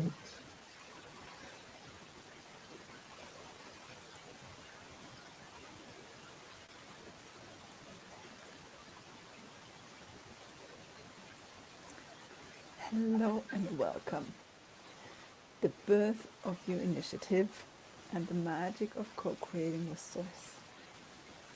It's a magnificent, huge topic. Today we will dive into the essentials, into the key points of what is, to me, the most important piece to share with you. And before I really dive into, I want to mention what I understand what an initiative is, if I speak about birthing your initiative. So an initiative in my world can be small or big. And sometimes it starts small and it grows big. So what is it? An initiative is a conscious action that you take. It's a risk you take towards a maybe unknown goal. For example, a small thing. You are in a meeting and there are some new people, and there is one person where you really feel called to connect, and you feel like there is something. You don't know yet what it is, but there might be an option to collaborate later, or there might be a pathway towards a beginning friendship, and you don't know yet, but still you feel there's something, and you follow this intuition, this inner guidance, and you call this person, or you speak to her or him in the break, and you make an appointment for a conversation. And this can lead to a collaboration, this can lead to friendship, maybe even partnership. You don't know yet, but you follow this first call and you take the risk. And if you speak to a person, it implies a risk, because they can feel offended, or they can, you don't know how it lands. Okay, so this is a little initiative that you can take, which can grow into something big. A big initiative, for example, would be that you have this dream, this vision of, for example, a new company, a journey that you want to take, like across Russia, going with the train across Russia. This would be a larger venture. And there is this first moment when you have this first idea and this first dream, where you speak about it the first time. Maybe you write about it, maybe you speak to your spouse or to your children or to your best friend, and you voice this dream. And for today, I will use the example of, if you have a vision of an online festival. Some of us have. And this also starts with this very first one step. Because first it's a dream, maybe it's a huge vision, maybe it's too large, maybe it's more feeling calling you. It's like you feel the call to create this and you have no idea how to do it. You have no team yet. It's just you. And this calling of your soul, or of your spirit guides, or whoever is calling you, but there is something calling you forward. And this to me is the beginning of creating with Source, the beginning of the new venture. It's not yet the birth, I would say, but it's the initial moment where you take the courage and speak about it the first time, or you write about it, or you share it even with a larger circle. And for these moments, it's always, I would advise to share it with people that you trust, share it with people that will be positive about it. And if you have a friend who is always looking at the negative, I wouldn't share with this person, because they would drown your dream. So share it with positive people, with uplifting people. And what happens then, it's like, I show it like this. It's like this person, this founder of the festival, this in this first seed moment, is opening a field, opening an energetic field for this event to happen. And in the beginning, it's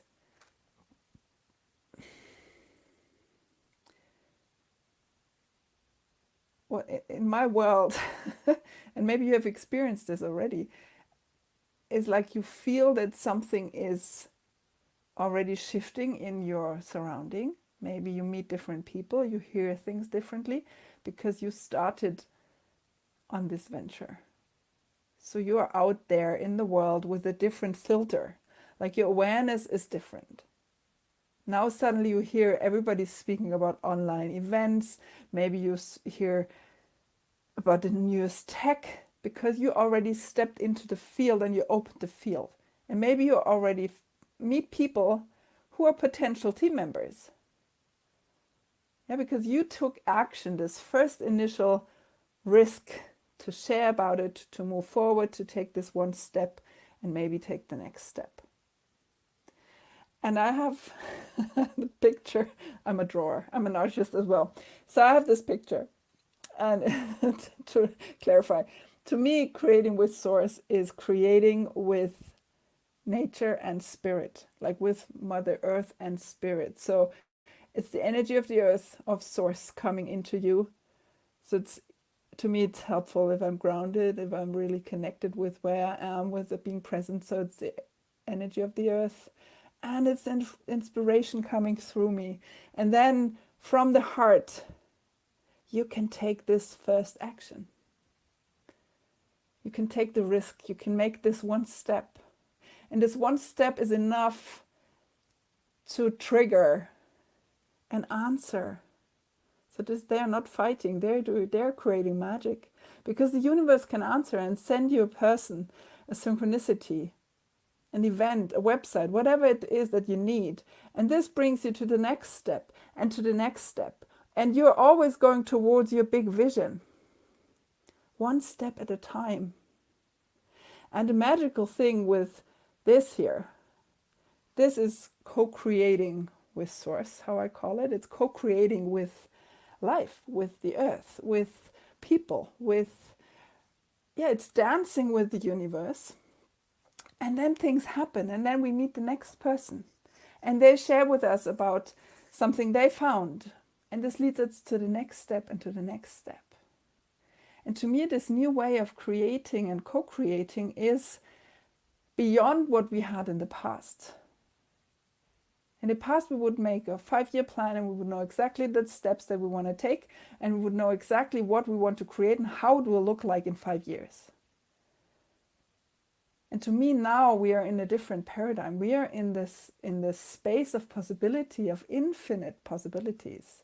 We can create things where we have no idea how it will work. And I believe it already worked in the past because it's a universal law. But to me now it's more obvious that more and more people dare to create like this, co-create like this, to trust forward, to take this one step and then meet the right person and then have this conversation. And this will lead to the next piece of the puzzle. And in 1 year, probably you're in a different space from where you are now. So what happens with this field? Like if this beautiful person takes this step, takes the risk, and goes out there, takes the steps and uses the possibilities that show themselves, the opportunities. Because sometimes, or maybe often, the universe presents us with an option and we don't see it, or we don't dare to welcome it into our life because it's maybe not how we plan to do it. But if we answer this, and if we step in and say, okay, welcome, thank you for being here. And then we figure out how it comes together. And in hindsight, very often the pieces of the puzzle make so much more sense than when we are in the moment. So what happens when the field is open and the visionary, the founder, holds the field and trusts that everything will work out? People will appear. And then there might be a team. And then it might look like this. This might look a little crazy now. I will explain. So the blue field is the online festival. And this is the founder. And very often in the beginning, the founder is like everywhere in all the different areas of the project. He will be hands-on because it's maybe in the beginning just him or her. And if she's here, maybe she's also part of this marketing team. Maybe she's head of marketing and she has some beautiful people supporting the marketing, doing the marketing with her. Okay? And then maybe here is another area, which is tech. And maybe the founder is not a tech person, so they have somebody stepping in, offering their tech advice, building the platform or using the tech that is already there. And maybe this person here is the leader of the tech, and there are others, programmers, people who do their job, who are specialists, who are experts in their specific niche. And they are perfect here. They wouldn't want to be the visionary. It's not their path, it's not their calling. They're called to be in a project which is aligned with their values and then do the tech in every aspect that they can. Beautiful. And then here, Like if we want to have an online festival, we definitely need speakers, presenters. So maybe here is one person coordinating all the different speakers. And there are speakers who come with their topic and who will present. And maybe there is one who will offer a panel. So this is another little circle. I call them specific sources. So it's circles, it's like circles of responsibility. This whole idea of these energetic fields is not hierarchical. It's energetic and responsibility. So the visionary holds the responsibility for the whole field, and at the same time, this tech person has the full responsibility for the tech piece. So the founder does not need to be a tech person. And here, the founder does not need to know every detail of every speaker, because this can be in the responsibility of someone else. And this is how these initiatives can really grow and come to this point where they are all together as a team, as a co-creative team, ready to birth the project into the world. And that's when your big initiative actually is being born. It's when you then at one point present it to the world, not just to your allies and co-creators. And this is a magical moment. This is when the world sees it, when a lot of more synchronicities can happen. And this is maybe also a moment where you as a founder or as a specific source, as a presenter, you need courage, because you don't know what will come. You don't know the echo that will come. And then it's about being grounded with the earth, connected with the heavens, and being in your middle, in your center, in the present moment, presenting what you created and co-created together and with the divine, with source, with divine guidance. And then it's ready to be born. And I would like to add a little piece, which I mentioned a little bit. If this is a big initiative, and not everybody is called to create these big events or big companies. So when you are for example, one of the presenters, and you hear about this online festival, and you're a speaker, you're aligned with the vision of the festival, and you feel like, oh, I would love to speak there, because speaking there would be on my path, I would follow my own vocation if I speak there.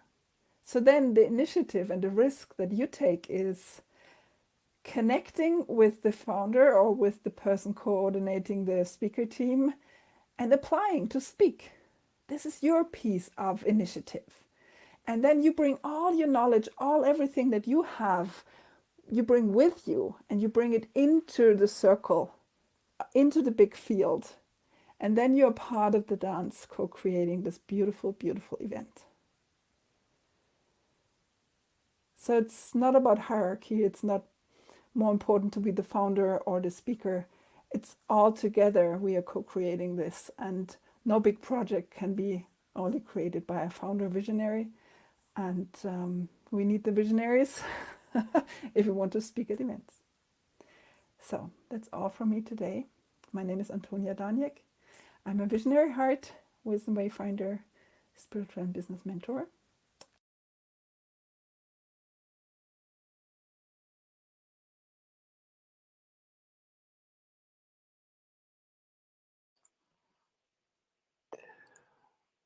Thank you. So, I mean, that coincidentally, an interestingly related topic.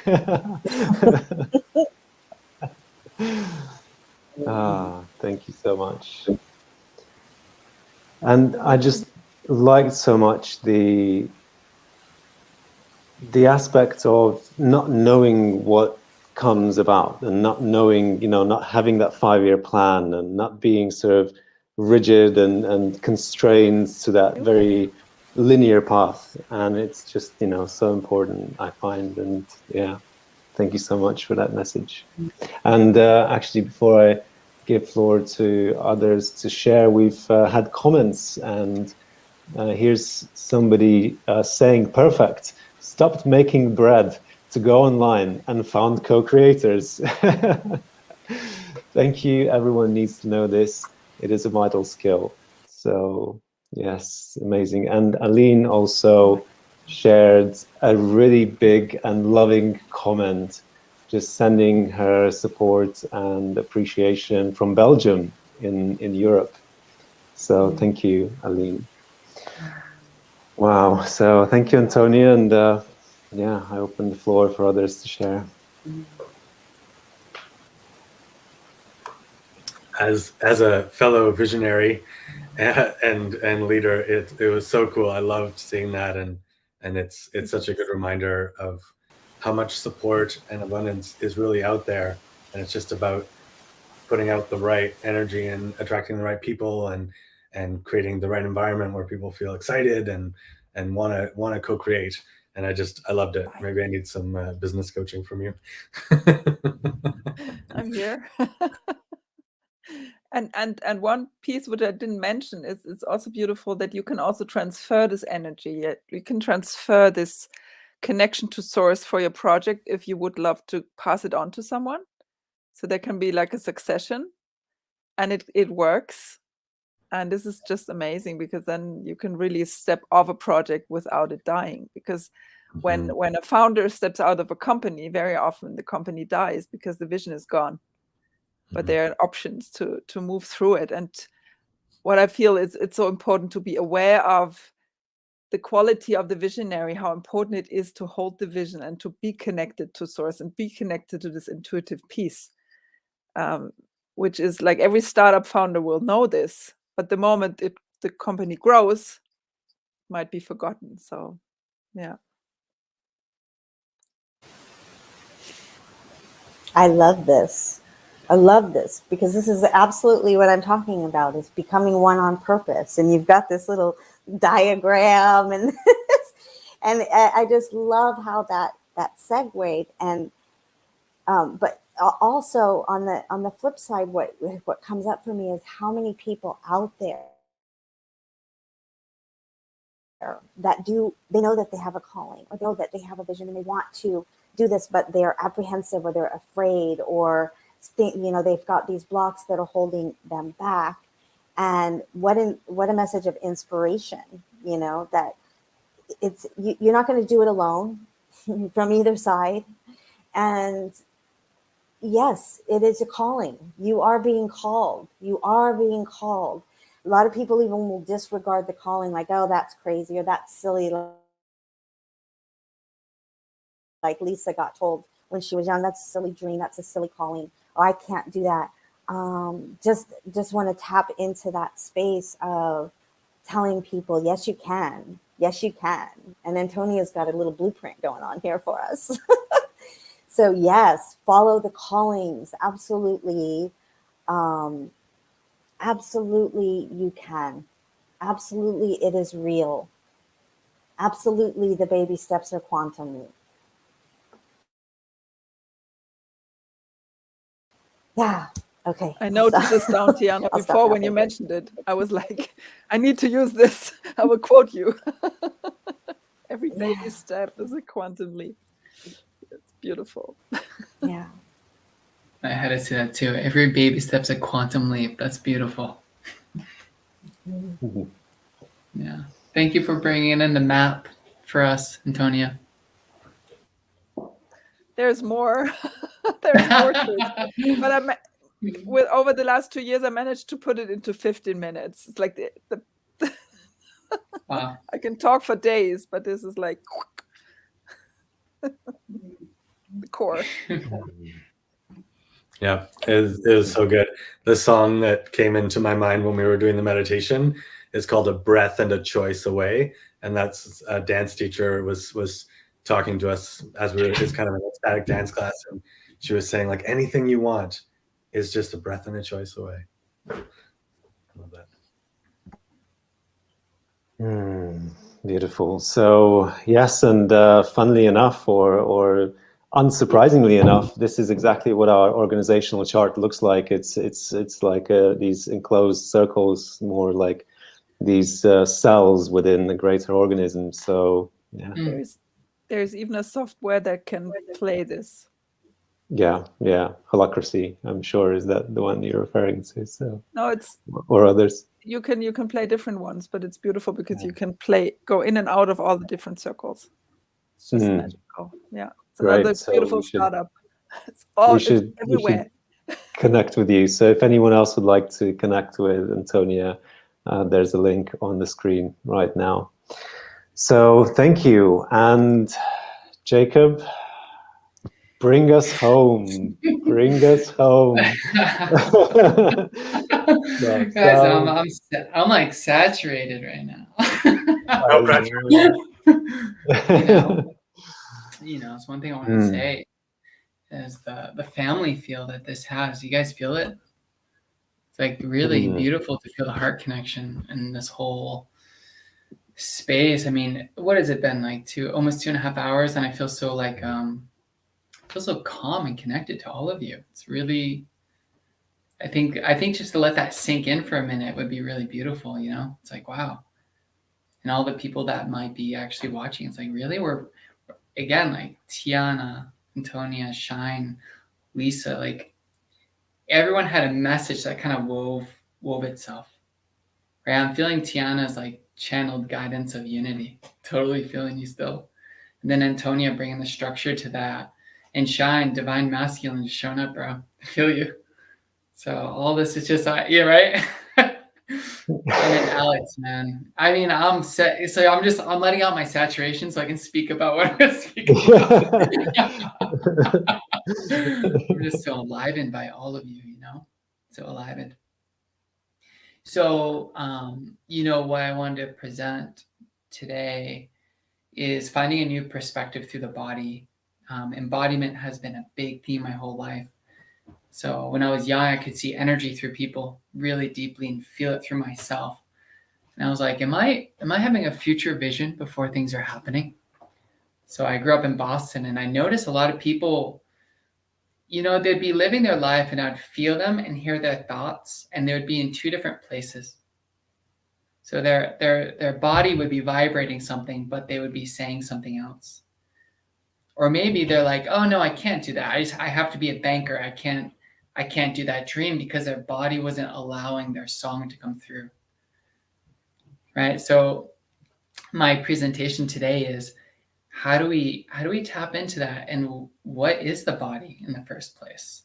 And it's been a lifelong question and a deep exploration since I was probably about 5 years old, feeling energy openings through my being, going, wow, the body isn't just the mechanical, anatomical thing to get you going through life. It's not just this Darwinian model of surviving that we have to get enough food in, exercise it so we can live, X plus years.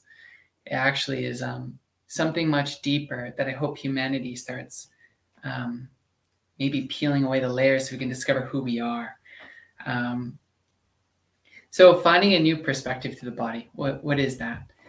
It's seeing the body as an instrument, as a guidance system that actually is expressing our truth, our longing, and it's expressing the consciousness that wants to come into this world. So the more we dip into the body and we release these layers, which I like to say is more of a feminine approach, it's allow the body to start unpacking all these timelines, everything we've been taught. We've been to school, we have ancestors from mother and father, but there's something more original in the body when we actually sit with it. And when we can sit with ourselves long enough in that quiet space without conditions, the body starts flowering open.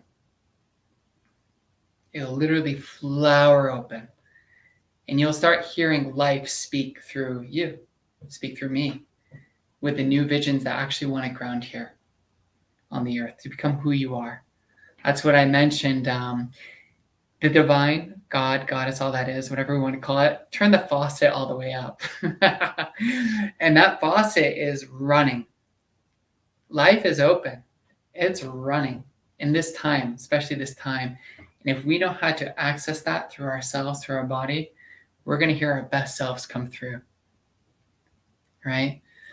So why is the body important? I love being my own advocate, like my devil's advocate. So I'm like, I ask myself questions. So I'm like, why is the body important? Why is that important to unfold through? Because when we have a vision, when we're a visionary or we're a teacher and we want to ground something in the world, so our mind's vibrating here, but our body is still living in the past. It's like having, I've been using this analogy. It's like having two radio stations on at once. So you have just a radio station that's, I like to say ancestral data. It's kind of like everything we taught is kind of like static. So we just turn on, it goes to any channel we want. And then we start discovering who we actually are and the visions we want to actually anchor in. So our mind goes, oh my God, I want this. This is what I want. I want to live this. I want to feel this. But you're playing that song and this song at the same time. And what happens is no song can be heard clearly because all this other static, the body that isn't living that aliveness, that moment that we're all seeking this aliveness, hasn't released itself so we can start vibrating this new song through our being. So what is this song? How does the body listen? How does the body hear its own vibrational song? How do we heal the body so it becomes an instrument again that's not disregarded, but alive and connective, and we can actually feel each other and vibrate off each other? So during this conference, everyone spoke, and we were all sitting somewhere, we're all breathing, but we were all being touched somewhere inside ourselves. So our body was responding to every bit of information. It was actually going inside our body, because you can't feel without a body, right? So our body was accessing things inside ourselves, remembering itself inside ourselves, right? The last presenter, Antonia's. Oh my God, that feels right. That feels true. I feel that. I feel like something's birthing through me.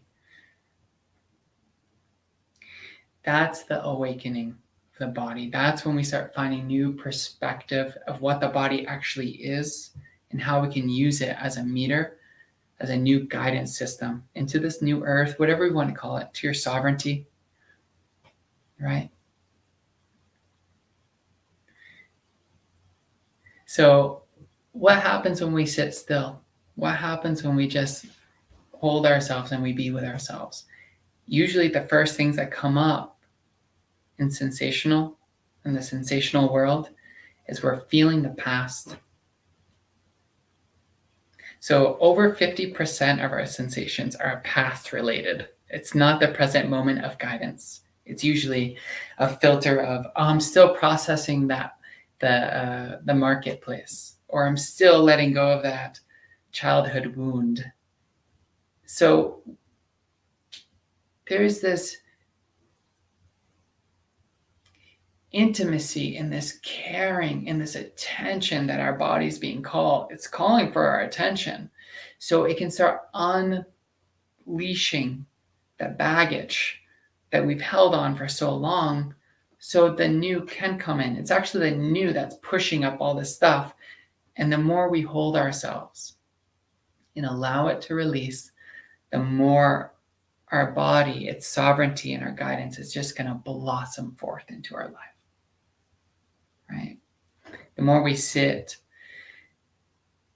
slow down a little more and go, how do I feel right now? What does my body call for? What is the new that's birthing through my body? How do I feel? Because it's that intimacy and that felt sense. We're going to actually tap in to a lot of what wants to come through the body into this earth into your expression, into what your knowing is, what your purpose, your passion is in everything. School systems will change from that point of view, right? So, we're all sitting here and I'm talking to, I don't know how many people are out there I'm talking to, but just notice how our bodies were responding to this whole event, right? There's a greater intelligence in us that wants to merge with our ideas, that wants to birth through a felt sense of connection and belonging to each other. And I want to say the new perspective through the body is actually finding that aliveness again, that greater intelligence that may have been stuffed down from years of suppressing our deeper dreams and hopes, right?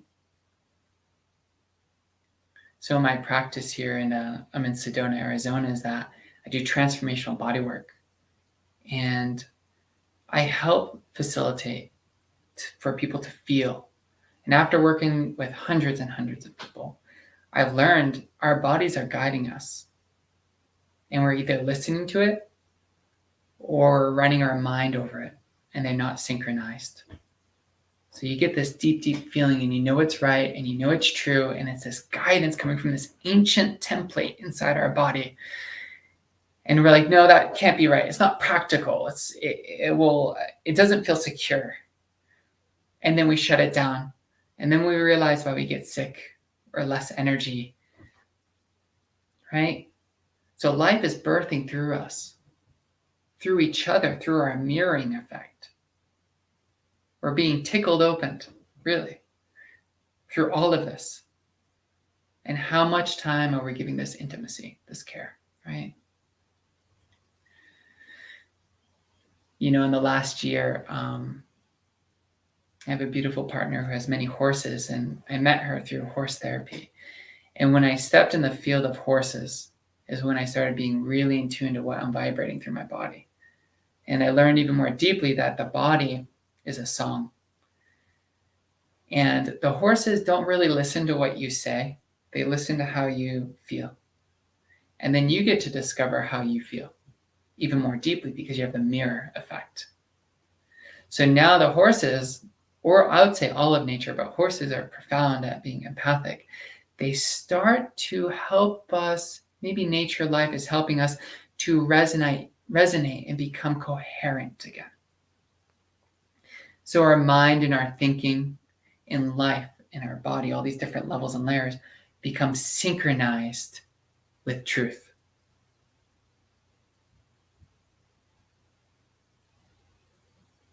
And we're doing it right now to each other through this whole conference. You're not going to be the same person coming out of this video than you were that came in, right?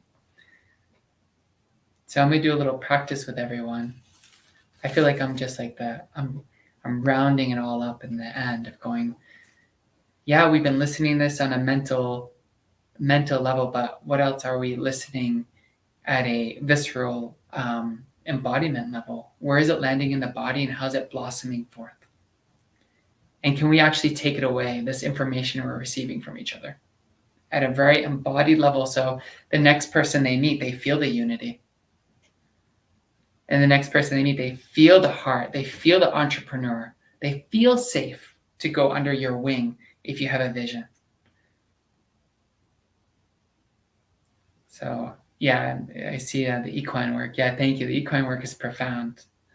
Maybe you'll see her speak on this one day. I think she's listening in the other room.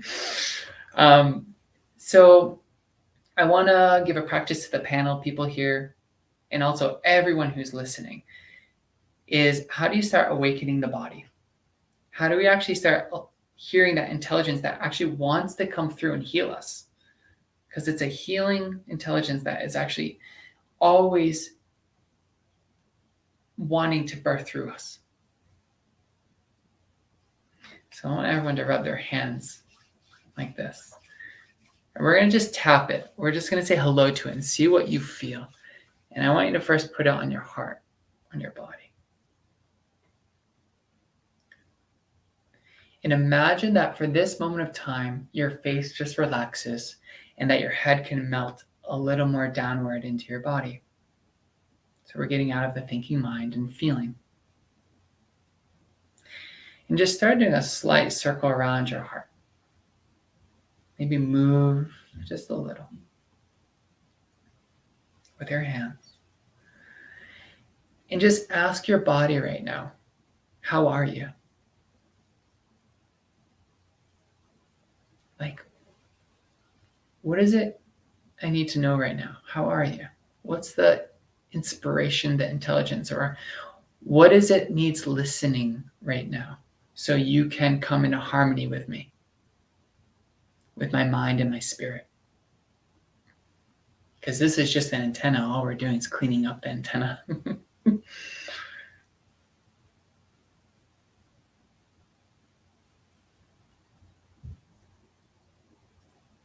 And feel the love come through your hands, because you're coming to it like you're hugging your best friend or an animal. Just feel the love come right through your hands and watch your body come meet that love as if you're eliciting an intelligence or love out of your body.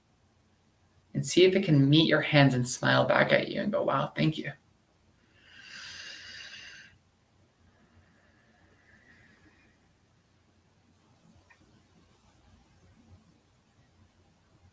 Now your body's probably going to start getting excited because you're listening. And if you're already listening, it's probably chatting away and having a beautiful conversation with you. And then bring your hands a little lower. So come to the lower belly where the organs are. Each organ's speaking to you as well. And just bring your hands wherever you need to bring them and just start doing some small circles with them. And see if there's a place in your body that you forgot to listen to, and thus a piece of yourself that actually wants to come and tell you something about yourself to come online.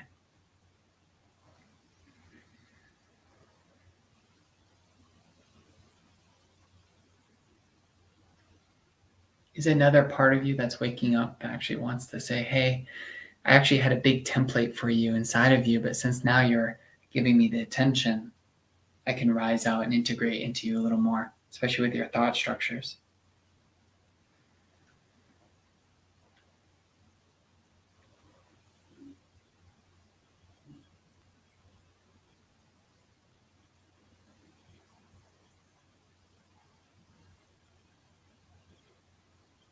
Just give yourself this moment if there's anything else that wants to rise up for you.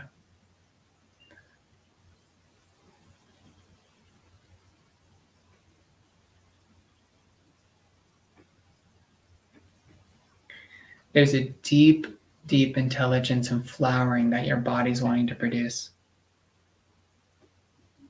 That's guiding consciousness. That's guiding this planet right now.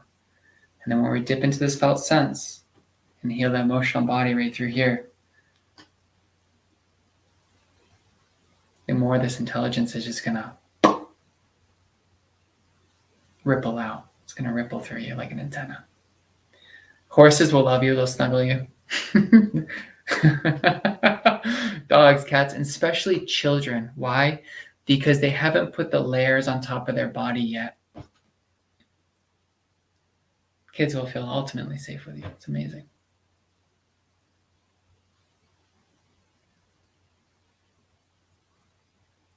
So for everyone who's listening, to just do this practice, to let every speaker into your heart and into your body and be like, wow, I actually was inspired. I didn't know.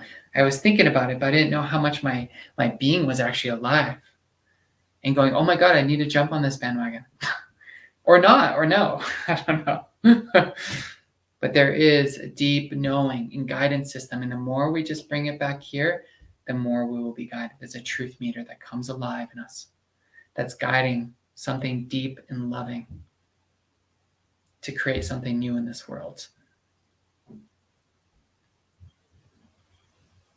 I feel like that's good. I feel like that's good, guys. So much love to y'all. There's so much I could say, but I just need to wrap it up.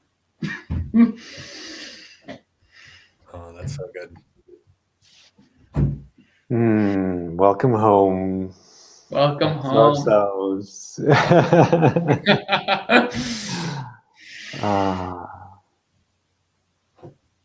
I got so moved and touched by just what we witnessed here today in this space, and yeah, I mean, I'll give the floor to someone else because I really got moved by that. So thank you just to everyone, and present here and being with us and tuning in later on. Just wow, so much love and care and wisdom, and thank you, Jacob, and everyone else who shared their message and wisdom here today. If anyone else wants to just reflect and respond to Jacob's message, feel free. Yeah, I'd love to just say thank you for that. Just such a beautiful reminder. I know that when I really started working with the feminine energies and coming back into these practices where we're remembering ourselves and feeling, really allowing ourselves to feel through our senses, the sight, sound, and really recognizing coming from a childhood of PTSD and being an empath, and that that lock on the body and those coats and those layers that I had to put on just to navigate and live. So I just really love your message, because actually on New Year's I had a really big experience, and I've been healing throughout the years, very open, but I did have my experiences where my chakras were opening on some level. I almost at one point thought, I'm wondering if this is a Kundalini awakening, because it was happening throughout the day, through my lower chakras, and then I came up to my heart chakra, and I grieved, and I was crying, it just spontaneously. And I knew this was happening, and I was allowing it. I have come to a point where it's like, okay, I'm going to allow myself to experience this. It's not comfortable. It feels very intense and overwhelming.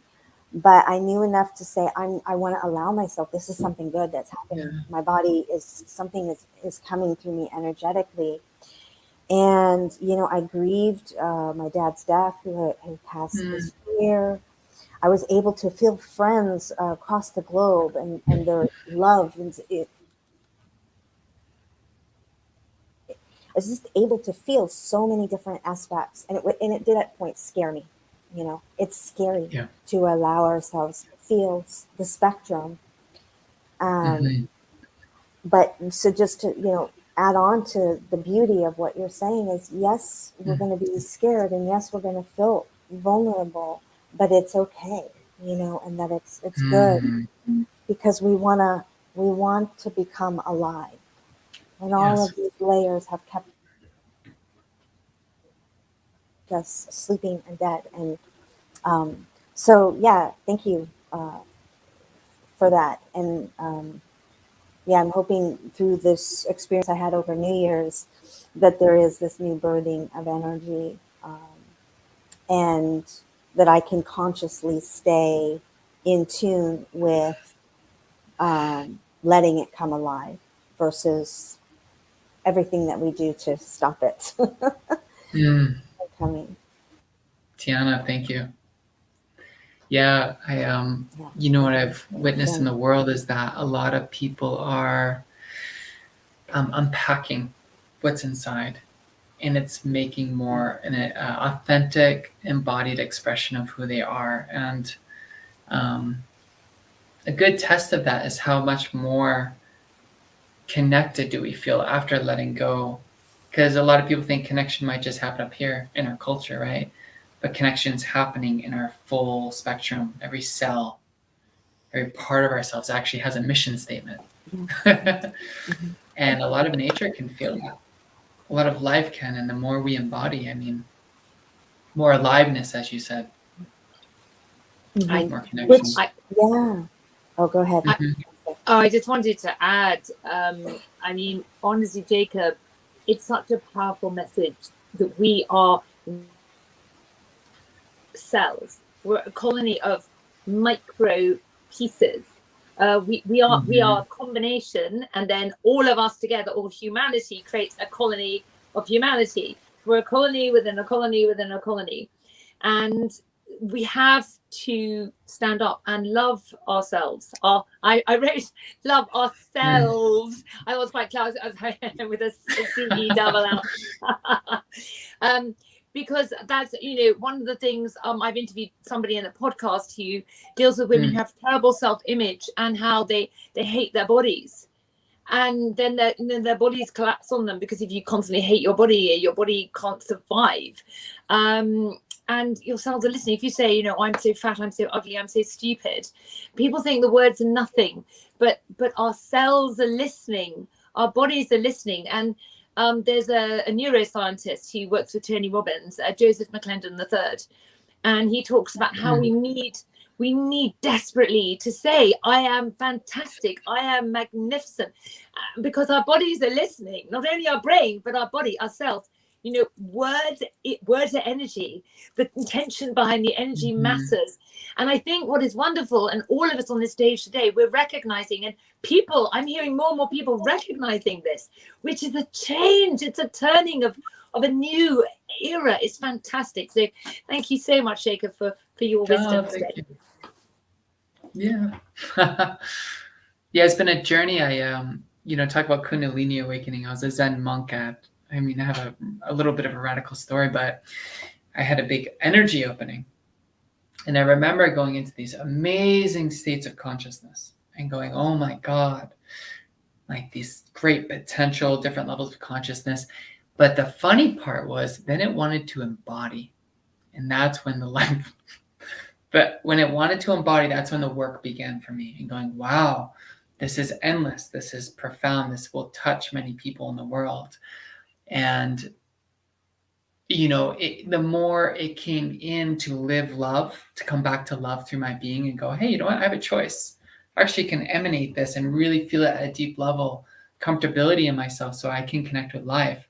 That's when the spiritual journey for me in my work and my profession really blossomed forth. And some people be like, I can't manifest this. I said, well, how many parts of your being are aligned to that right now?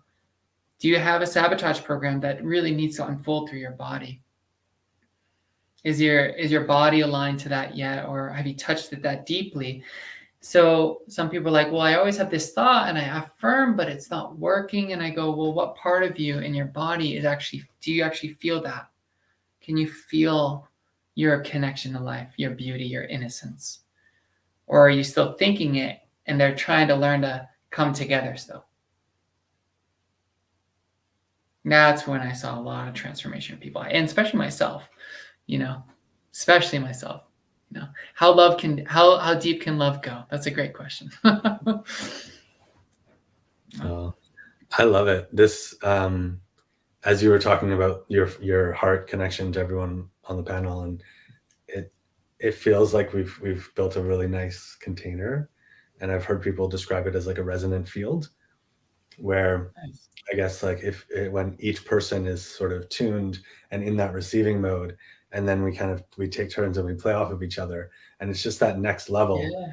There's so much that I can do in the receiving mode myself, but it just gets even more fun. It's like, you can make love by yourself, but you can also make love with another person or many people, and it just it can grow in the fun. So yeah, I'm really loving this. And then Lisa, what you said about the cells, it really feels like, as someone who is kind of getting up every day and wanting to focus on projects and tasks and do stuff, and then also has team members that I'm wanting to focus on tasks and projects, I feel now, after this whatever 2 hours of connection time, where I feel very inspired and excited, and it's almost like I want to do a project with all of you, or just like keep jamming, because there's such a nice vibe, and it just has helped me feel more clear of how important that is in my day-to-day, where I want to really let myself rise into this state and then be so inspired to jump into the day. And if I'm working with a team, how can I support and create space for this if people don't have that practice themselves, or like how can we build these containers? Because I feel like the level of creativity and you know, like there's the physical work, but there's the energetic where we're actually attracting and playing on a different level, which I'm still wrapping my head around. But yeah, this has been really fun, and thank you, everyone. I just wanted to jump in. Jacob, you mentioned, I think your partner has horses, and maybe you met through equine therapy. And one of the reasons that I was attracted to horses, I think, is that horses have this amazing heart energy. They radiate out from their bodies. And that's why you don't have to ride them just to get the benefit, just to be near them. They touch you. We go heart to heart with them from sort of 8 feet onwards. And I think that when you sit on a horse, and I'm going to add, someone said, why do I love horses so much? When you sit on a horse, you take your spinal energy, you take all your chakras and you line them on the horse's spine, and you literally connect like that. And you become a half horse, half human, and you are genuinely a centaur. And I always love to think of it as a movie called Avatar. I don't know if any of you saw it, where the guy plugs into his dragon. When you plug into the dragon, it works with you with a partner. And every time I get on a horse, I feel like I'm plugging into my dragon, and then the horse becomes part of me and I become part of the horse. And it's such an incredible feeling. So I just had to add that. I've had a lot of similar experiences. And I mean, when I started working with the horses, my empathic abilities and my energy levels took a whole nother level. I'd be in the shop, I'd be checking out at, a market, and I'd feel the person's being. I wouldn't go into the conditioned mode of going, oh, how are you doing? Great day. And it's all up here. I came from here and go, how are they holding themselves? What truth are they posturing through their being? Because you can't go up to a horse and be like, oh yeah, I saying one thing, and they're feeling the true posturing of your being. So they go, how authentic and real can you get? How embodied can you get? When I started working with horses, it took it to the next level. I'll put a link in to her work here, actually. That'll be fun.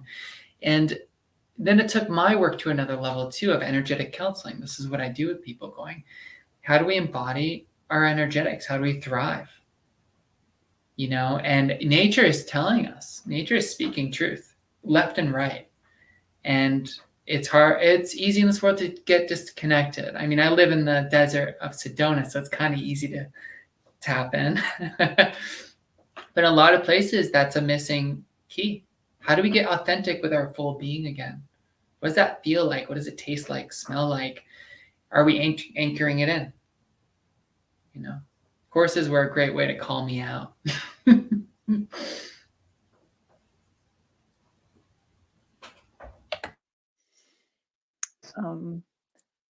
What I witnessed the last minutes was a lot of moving like this. So a lot of us shared and spoke like this. And what I really feel is that we spoke about vortexes before, and I really feel that we together today, we uplifted the vortex up of the festival to another level, because it's the first visible, feelable piece that steps out into the world. So that's like the birth, the visible birth of the project. And I think that what we created today is the beginning of this vortex that will continue to build on the seedling that we planted today. And it was only 6 of us today, and it was already magic. And now imagine where it can take us. And this is where what we spoke about before is Alex might have a vision how it will look in some years. Probably it's beyond what he can imagine now. Because that's what the universe does. It's if we are really open to the opportunities, and if we're open to the possibilities, and we create these vortexes where we play into each other's talents, where we weave everything together, and where we get activated through each other, this is where the magic can happen, and where we have this field of infinite possibility. And I love today how we spoke and we felt and we witnessed each other in all these different aspects that we hold. and that we have, and that we see, and that we can speak into. And yeah, and in the future, Alex, I hope to hear more from you. You're a beautiful host and an amazing visionary. Oh, thank you so much, Antonia and everyone. But I really feel it was a beautiful, powerful, blessed start today. It's on the 2nd. And it would have been my grandmother's 99th birthday today. Wow, 99th. Yeah. So she passed 2 years ago, was 97. Wow. But this morning I was like, it's a special day. It's the 2nd January of 22. And I really feel that we uplifted your vision, I feel. And together we birthed it into the world. And thank you for initiating the whole process whenever it started years back with your vision. And thank you all for being here. I truly feel honored and blessed to be part of this. And I look forward to what the ripples we are already creating and that will come from this. So beautiful. Thank you, Antonia, so much. And I want to also bring back, all of this journey and story that we weaved together. And someone just, following on from Jacob's last share was saying that as a child, my favorite place to sleep was on my horse. I don't know how you can sleep on the horse, but there you go. Yes. And also Michelle is saying that this has been incredible. And thank you to everyone who's really shared their wisdom on the panel and has been with us on this journey throughout. And we've had constant participation as we went through this journey. And just thank you to everyone who was listening in and patiently, obviously us running over way past our intended session time. So, and I also invite everyone who shared here today to go. We had 3 channels, our YouTube page, Facebook page, and Earth Elders group. So go in the comments, post your websites, just share your offerings, beyond just, this conversation. And I shared the links, obviously, but just, so people can access them. And one thing that struck me, if we really listen, this is a whole other sort of theme about listening, right? Like deep listening. But when I listened to all of your wisdom, what emerged was a surprising common thread through all of you that ties into this new beginnings. And I don't know if you noticed, what was that common thread, in all of these different stories and perspectives. For me, it was that there's something already there waiting to emerge. Like every single one of you said that in your own different ways, right? And to me, that's, the new beginnings is about letting what wants to emerge. And, may that be so. And I want to acknowledge once again all of you for sharing your wisdom. And it's just such an honor to be at this precipice of something new emerging. And I want to, give you a floor if you want to say something. But I would also like to use this opportunity to share a little bit about what the festival is about, because today we experienced just a glimpse of it. And it wasn't even, as I said, anywhere near the full container of what that is. So if you feel like staying also for that, I'll try to be as concise for it as I can, then feel free. But, if you feel like dropping off after, sharing anything that you may want to share, then feel free to do so. So thank you once again. And if anyone feels like, saying something, feel free to do so. Thank you so much, Alex. I love what Antonia was saying. It feels like this baby that you sort of birthed today with this first thing. You've done the whole pregnancy, and we just get to be there for the baby. And it's like, thank you for carrying the baby. Congratulations! It's so amazing. amazing. I know how much work goes into this kind of thing, and it's a lot, and I really appreciate it. And what a beautiful container you've created. And yeah, really appreciate everyone. I have a call at 1, which is in a few minutes our time, so I'm going to pop off. But I love you. Thank you. This was beautiful. I can't wait to connect with all of you, and I'm sure we'll connect through the webs and things. Much love, Shine. Thank you so much. Yeah. Thank you. Thank you. Thank you, Shine.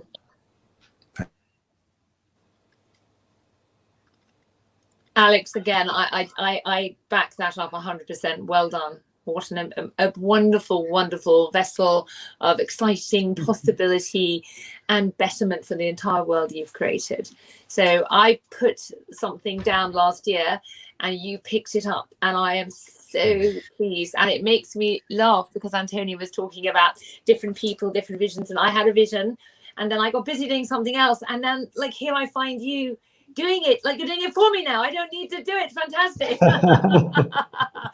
Alex is doing it. and yet what's even more perfect is I get to be part of it without having to do it. So yay. So bless you. Powerful and amazing. What wonderful people, and how everyone, extraordinary how we all got here. I know I just saw you pop up somewhere, and I mean, how random. Literally I was like on Facebook and I'm like, oh, I must apply. Ding, ding, ding, ding, ding. And it was absolutely extraordinary how come I'm even sitting here. And that's what I love about the world. It's magnificently magical. So thank you. And thank you all. And thank you for my place in this. Thank you. Thank you, Lisa.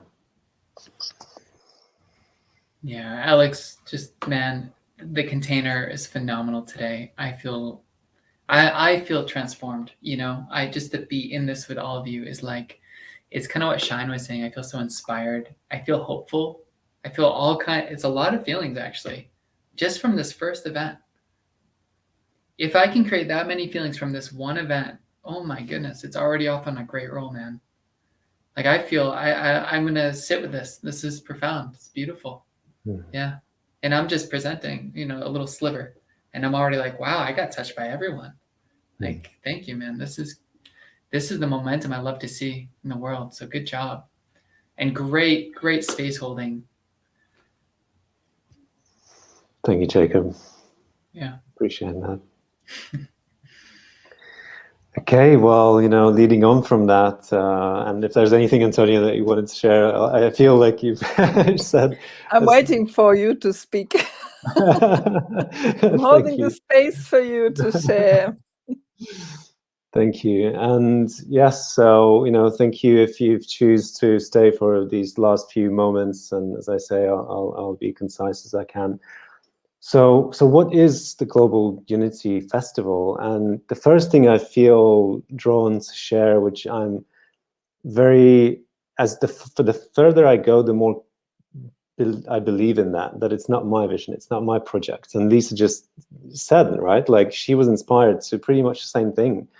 And I know directly several people who were inspired to the same thing, right? So it's not mine at all whatsoever, right? And this is what you spoke to, Antonia, right? Like it's just this divine inspiration. There's just this something that guides us, and and I choose to be the custodian of it and do as best as I can and constantly be reborn, and stepping into those new shoes, and letting it emerge the way that it wants to emerge. And so what is that format and space as it has been emerging so far? Today we held this space in a more sort of traditional linear way, right? Because we had the space for every speaker in their own allocated time, and it kind of takes time to go through all of those speakers if you're viewing, right? And once again, thank you to our viewers who are present throughout all of this. And the festival brings it to the next step. It allows us to actually come together simultaneously in different practices, in different traditions, in different tastes, in different places, in different formats, right? But synchronize our activity. And what Jacob brought today through his practice was what you could, in more scientific terms, call coherence, right? And this is just that sense of inner, peace and inner upliftment, hence our intention to uplift. So what unites all of those different wisdom keepers and artists who bring their, wisdom and their offering is that intention to uplift. And it can be done in so many different ways. And this is what the festival is really about, allowing us to all connect at the same time, no matter what we do, to uplift ourselves and uplift our communities and uplift ultimately the world, and that's where the piece of technology comes in. And that's where, we've built, and this is why, we perhaps didn't fully unfold that today because it's still in the making, but we're due to have that ready for February event. So all those listening, you can make a note that this festival is scheduled for every first Sunday of every month. So, and the next one is on the 6th of February. And the technology piece that comes in is just this simple way of having all of the wisdom keepers and artists and teachers to list their offering on our platform. And you can think of it as a physical festival where you have those many stages and you look at the lineup and the program of each of those, and then you just choose which one you go to. And once you select your favorite one, be it meditation or prayer or body work or breath work or anything, it can be even a physical event. So, someone like Lisa could even lead a equine therapy session and, could live stream or not, but, that is secondary, right? But holding it at the same moment with everyone else adds to that field, adds coherence, so that we create that wave that, that's where that emergence and not knowing what that is going to look like comes in, because nobody knows, if and how it's going to impact us. And, just on a little bit on the technical side, and once people choose their favorite host, as we call them, who host their special offering here on the platform, they'll be taken to this room, which is more intimate, focused on that particular host and presenter and their program. But it still has these elements that bring us all together. So it has the countdown timer to the peak of the event. So as I say, today we were linear, but once we are all actually doing this at the same time, well, the power comes when we synchronize our activities. So we synchronize that with, a countdown timer that leads to the peak of that wave. I'm not going to go into too much detail of the whole sort of organizational aspect to that, but we have 3 waves, Asia and Pacific, Europe, Africa and Middle East, and the Americas. And in each wave, there's this peak, the crest of the wave, so to speak, where we unite and when we synchronize. And that's where the most ripples are created. So, and then in that space, you also see who participates, or how many rather people participates in all of that wave, right? So you always know that you're part of something bigger, you're part of a community and a larger festival. And there are so many other elements that we have also integrated that will be coming in to the new release. One of them being the scientific aspect, where we actually are in conversations with the 2 biggest scientific projects, Global Consciousness Project and Global Coherence Initiative, where we've also integrated one of their measurement sort of instruments in a way, right, which is the random number generator. So that's going to be integrated on our platform, which gives us almost real-time feedback loop for how that coherence that we generate actually shows up in real measurable data, right? So that's kind of the next level, the next dimension of this project as well, really contributing to our next level of understanding, the scientific understanding, how our thoughts, intentions, and emotions actually impact our reality. So that's the short overview of what's there to come in the following months. So, thank you. once again. And yes, so there's another viewer commenting that we'll share this as widely as possible. Hope others replant the seeds of this lovely garden. And what a beautiful, actually, analogy. And I just love, really, I think, tapping into this, that we're growing a forest, and there's no, like, we're not growing a plantation of palms, right? It's like, which is like a monoculture, right? We're growing a forest, an ecosystem, where there's small plants, bigger plants, different animals, and everyone who was here today in the space planted their seed here today, right? For the forest to flourish. Yes, Lisa?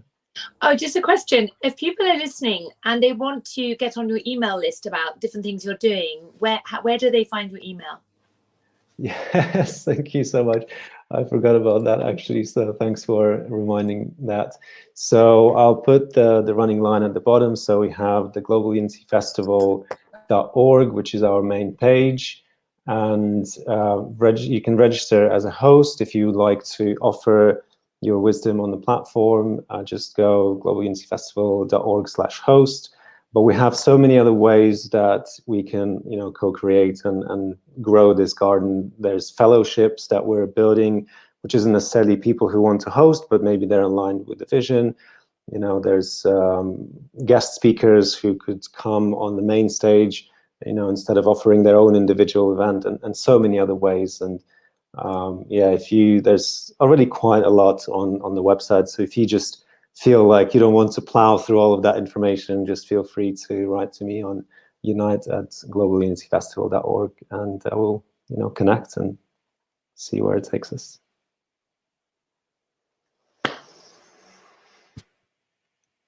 Okay. Thank you once again, and much love and blessings, and I look forward to our next steps and co-creations. Thank you for being here today.